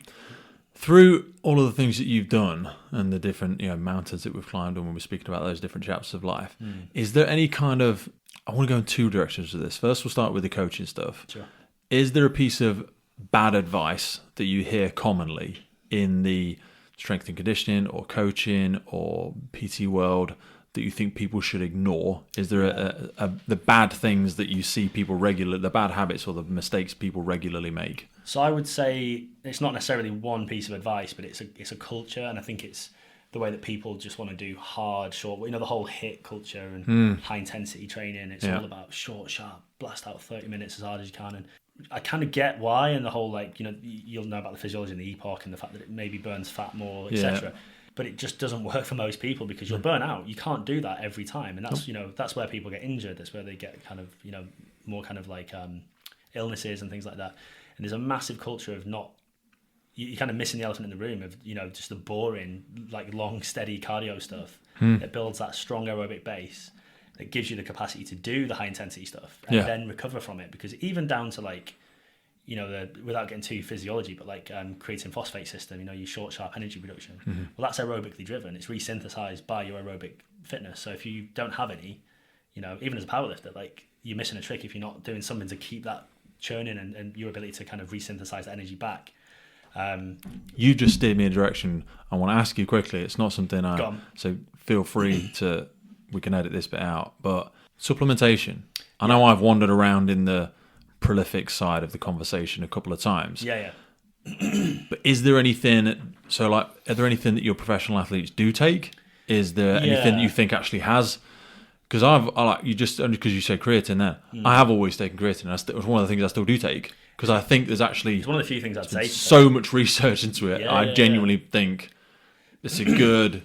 So is there anything you think is good for people to partake in that genuinely gives them a benefit versus all the bullshit that's out there? I'd say, in terms of like just day-to-day supplements, things like vitamin D and stuff is probably not a bad thing. But even that, I think you still really want to be testing because you can get it wrong and you can go overdo it. We touched on creatine there. I think definitely it's one of the few things that, as you said, it's massively researched. And actually, there's benefits now that are way beyond strength and fitness. You look at the use of creatine for things like Alzheimer's and prevention of neurological decline. It's massive. It really does. It makes a difference because why wouldn't you? Do you know what I mean? I know there's a lot of negative kind of and not so much nowadays, but there used to be kind of a fear of like kidney damage and things like that, and it's kind of been shown to not be the case. Even things like load-in periods, and you don't need. You have to really be in some stupid excess to be really putting that level of damage. I think just an everyday, very small dose is actually a really good thing. Currently, I'm not. I have done, but I would say for a lot of people, and there's a lot of misunderstanding. I actually remember sat around the mess table a couple of years ago on a standby, and I bit my lip because I just didn't want to be that guy. But there was a conversation about one of the guys who said, I was taking that creatine, but I had to stop because it was making me really angry. I was getting, and I was just, you want to put your head in your hands. I don't think it was. I think there's something else going on there. Yeah, it takes you so long to go through. It's just not worth it. You totally misunderstood the physiology and what's going on. But for anyone listening, like that's just not the case. It doesn't do that. No. And it's one of the few things that probably is kind of good for most people. Yeah, like you say, all the other stuff from proteins and all that sort of jazz, you can tick most of those boxes through good nutrition and good diet and stuff like that. But creatine, I think it's hard to get that through nutrition, to be honest with you. Yeah, especially if you don't eat a lot of red meat and you'd have to eat a lot of red meat to the extent that it might be difficult financially to be able to sustain with the amount of shit meat that's out there. Depends what side of the fence you sit on, but maybe not that good for you as well. So. Yeah. In terms of your gut and how your body processes that level of meat. I know when I was eating a hell of a lot of red meat, and I think I used to have around about 800 grams of steak a day and about a kilo of chicken a day, and my body didn't thank me for it. But for what we're asking of ourselves, creatine is something that I would definitely advocate. Yeah. 100%. Where were we before that? I only went off in that offshoot. You were saying bad advice. We're talking about aerobic capacity and resynthesizing PCR, weren't we? So, I think an awful lot of people could just benefit from introducing that. And this has probably come from running as well, but that really boring kind of zone 2 regular dose of cardio. Because again, even if you're only bothered about longevity and health, but there's a lot of research now coming out that says there's no upper limit to. Firstly, there is a link between aerobic fitness and longevity, so how long you'll live. And there's no upper limit either. It doesn't seem as if there's a point of like, this is enough. It almost seems like the more you do, the better it is for you. And I know there's a lot of outliers, and there's people that will kind of bring forward a case of, this person had left ventricle hypertrophy and they had a heart attack and died and they did up to it. But that is the exception to the rule. Yeah. There was something else going on there. Yeah, there's exactly, noise. Yeah. There's other noise. And it's such a you've got such a big pool that you've drawn one case from. So do you swim at all? A little bit. It's a ball ache. It is a ball ache, and I'm not great at I can swim, I'm fine, but when it comes to front crawl and competitive, and if I was to do open water swimming, I'm just a bit crap. Yeah, I'm not very quick. Do you know what I mean? I used to be a lifeguard, but that was God knows how many years ago. And then when I got back into swimming, really, really hard for me to get the techniques back. But I try and swim twice a week now. I'm just lucky that I train at a facility where they've got a great pool as well. Mobility's been good though, man. What it does for my range of movement and my shoulders is low load. It gives all my joints a little bit of a rest, and it allows me to engage in more. It allows me to do more aerobic sessions that don't rely on me running all the time. Well, it's actually a great recovery tool as well, because you can do active recovery in swimming. Active recovery, and you've got that hydrostatic pressure on your limbs as well. It's like a compression garment kind of thing. Yeah, and then it allows me, because of that facility again, I sauna 3 times a week now. Dude, sauna's really helped me. Really, I don't know why, and I know I could go down the rabbit hole of lots of different sciences and heat shock proteins if you're doing it enough. And I've got an ice bath. I do the plunges every now and again, maybe 3 times a week. You can get into all sorts of craziness there, but microdosing things like microdosing a bit of swim, a little bit of sauna, all of that sort of stuff. If you're in a facility where you can, it's a ball ache though. I appreciate it, swimming is. Yeah, it's one of those things, isn't it? You sort of, if you do a lot of it and you're good at it, it's easy. But I'll go like the end of a gym session. I'll jump in there for 20 minutes and just have a bit of a. If you can build it in there, yeah, it becomes awkward because of how much time you have to mess about. Yeah, getting ready and not. You can't just walk into a gym, do your bit, and leave. Swimming's annoying. I think the sauna's an interesting one, to be honest, because there's probably not enough time left, to be honest. But if you look at like heat acclimation and kind of heat tolerance, especially in the job we're doing, like it's such a big part of the job, especially with like the advent of the wildfire kind of thing that's happening now. You know, the much heavier fire gear. Yeah, we have got a responsibility on ourselves to be not to become necessarily super heat tolerant, but no one's going to do it for you. And like, and actually, I think there's probably an argument for working at heat acclimation yourself. Yeah, whether it's things like getting the sauna after a workout or just pushing yourself a little bit harder in the kind of the warm. I'm not advocating anything dangerous, but no, it's trainable. Yeah, and also layering up when you train. Fight the urge to take your hoodie off. Just keep pushing through with it. Yeah. So we, when I was doing the masters at Brighton, it was in applied physiology, and we did like some environmental physiology stuff and like the heat chamber. And we were testing actually for aimed at firefighters, but we were looking at kind of recovery methods from getting as close as possible to heat stress and heat exhaustion, and then looking at things like ice baths and cold water drinks to see what kind of works. And to get to that state, we were in a heat chamber at 40 degrees, 40% humidity, in like sauna suits and just running until you can't go anymore. And you feel like absolute death, don't you? But I think there's a little bit of value there in terms of like learning what that feels like yourself. Not to go that far, but like to make yourself uncomfortable in heat, because then you kind of recognize the signs. Because I mean, the weather's been unbelievable this summer, isn't it? But you're hearing about firefighters dropping down with heat exhaustion and things, and whether that's through just complete exhaustion or they've got it a little bit wrong, who knows? But I think it's something you need to look at now. 100%. And it comes down to personal responsibility, doesn't it? And, until the services go, well, we're going to address it this way. For me, I think factor that into your aerobic training. Make it a little bit uncomfortable at times, but. Yeah, don't be just smashing yourself on like super high intensity circuits all the time, and it's just does my head in, to be honest. It's got its value, but like we just play such an. It's good for the gram. That's the problem. It is good for the gram. It's prolific. It's good for the gram, and that is the crux with most problems in the fitness industry, unfortunately. But for those professionals and those people that genuinely have a more strategic mindset and really want to achieve at the top level, that seems to be where you've built out that niche. So, and all credit to you for having done that. Thanks, man. Yeah, I appreciate that. There's a lot of serendipity in being able to be in the right places, but you've put yourself in those places as well. Like I say, how many people will have done all that shit for free and developed themselves and done all that travel? So no, you're very much a product of your own effort. So thank you. If people want to learn a little bit more about some of the stuff we've discussed today, I mean, we'll link some of your stuff. But for those that want to, and I appreciate you do tend to work with more professionals rather than the recreational, I'm sure you'd have some really valuable advice for them. Where can they sort of get hold of you? So I'm not super active on socials. I'm on Instagram, so it's AndyK_performance, I think. We'll link it. You find it. But so on there, I did get people DMing me and stuff, asking questions. I'm more than happy to chat and help people out, whatever level, whatever you do, to be honest with you. And then if you want to look at anything on the website, there's a few blog articles, things like that. It's ppconditioning.com. And that's about it, to be honest. I'm pretty much just beavering away in quiet. But happy to chat anytime. Beautiful. Dude, thank you so much for your time today. We've gone in a million different directions, which I always love. That's the whole thing about the podcast, and I really appreciate your time. Some love to the family. Will do. Thank you, mate. Likewise. Take care.